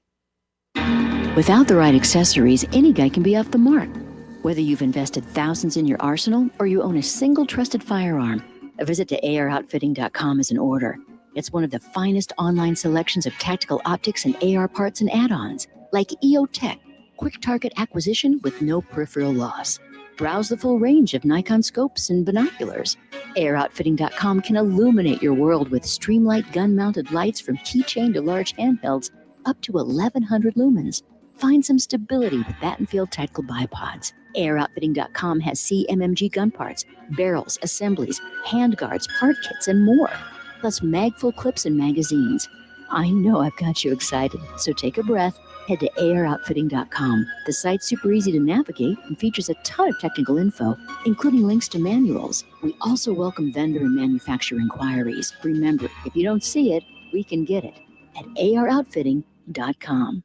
It's happening, ladies and gentlemen. We here at RBN are working with Front Sight Firearms Training Institute to bring our audience the best in combat, tactical, and defensive firearms training. Whether you're a private citizen who is new to firearms or you have a concealed weapon permit and win a level of trading that surpasses what you've received from your local gun range. Front Sight provides priceless education and skills taught by seasoned law enforcement, military, and private citizen instructors to levels that far exceed law enforcement and military standard. With nearly 1 million responsible citizens trained from every town, city, and state from across the United States, Front Sight has bolstered the Patriot movement to a whole new level. Contact Dan Sutterfield by phone at 573-762-2356 or 573-465-2356 or shoot him an email at domedan, DOMEDAN at hotmail.com. This is a limited time opportunity. Don't miss it.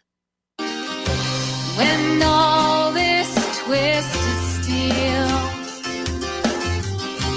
was swept away,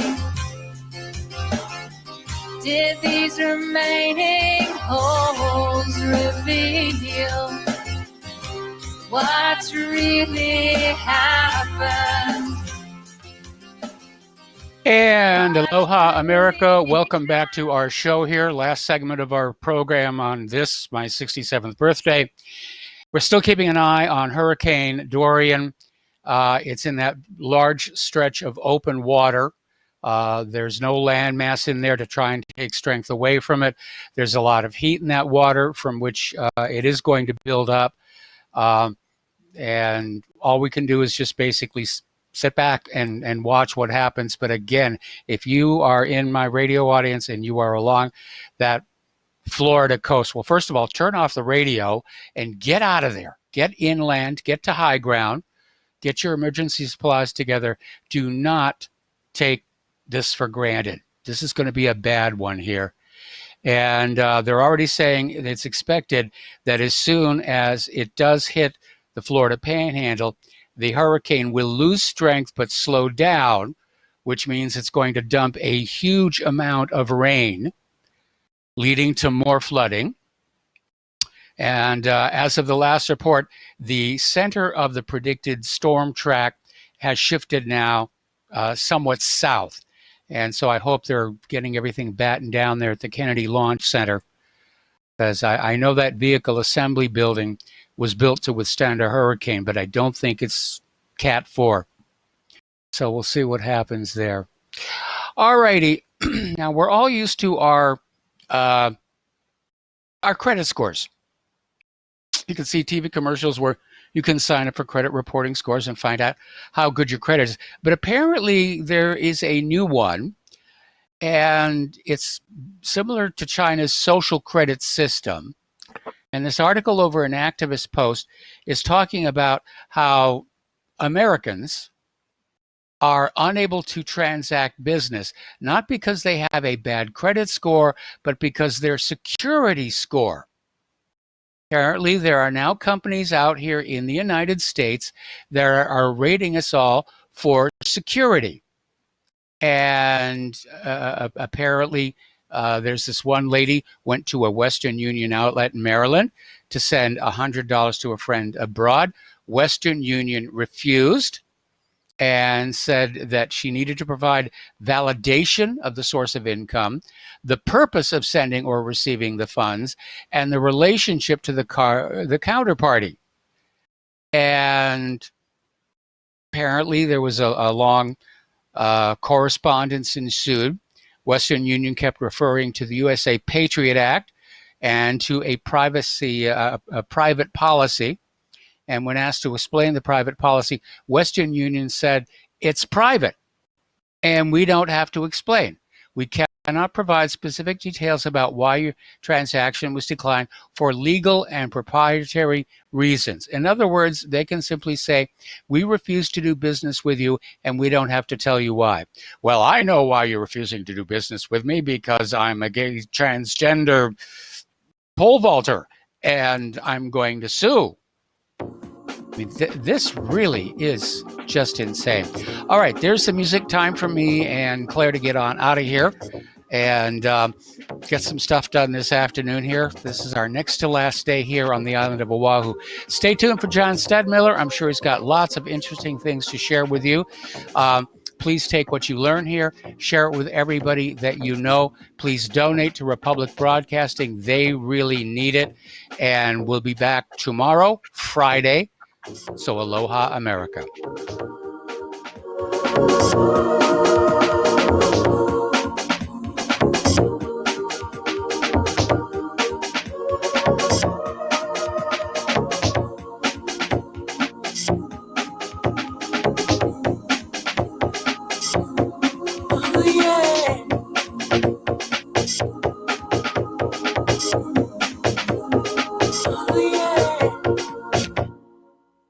Corporate media dominates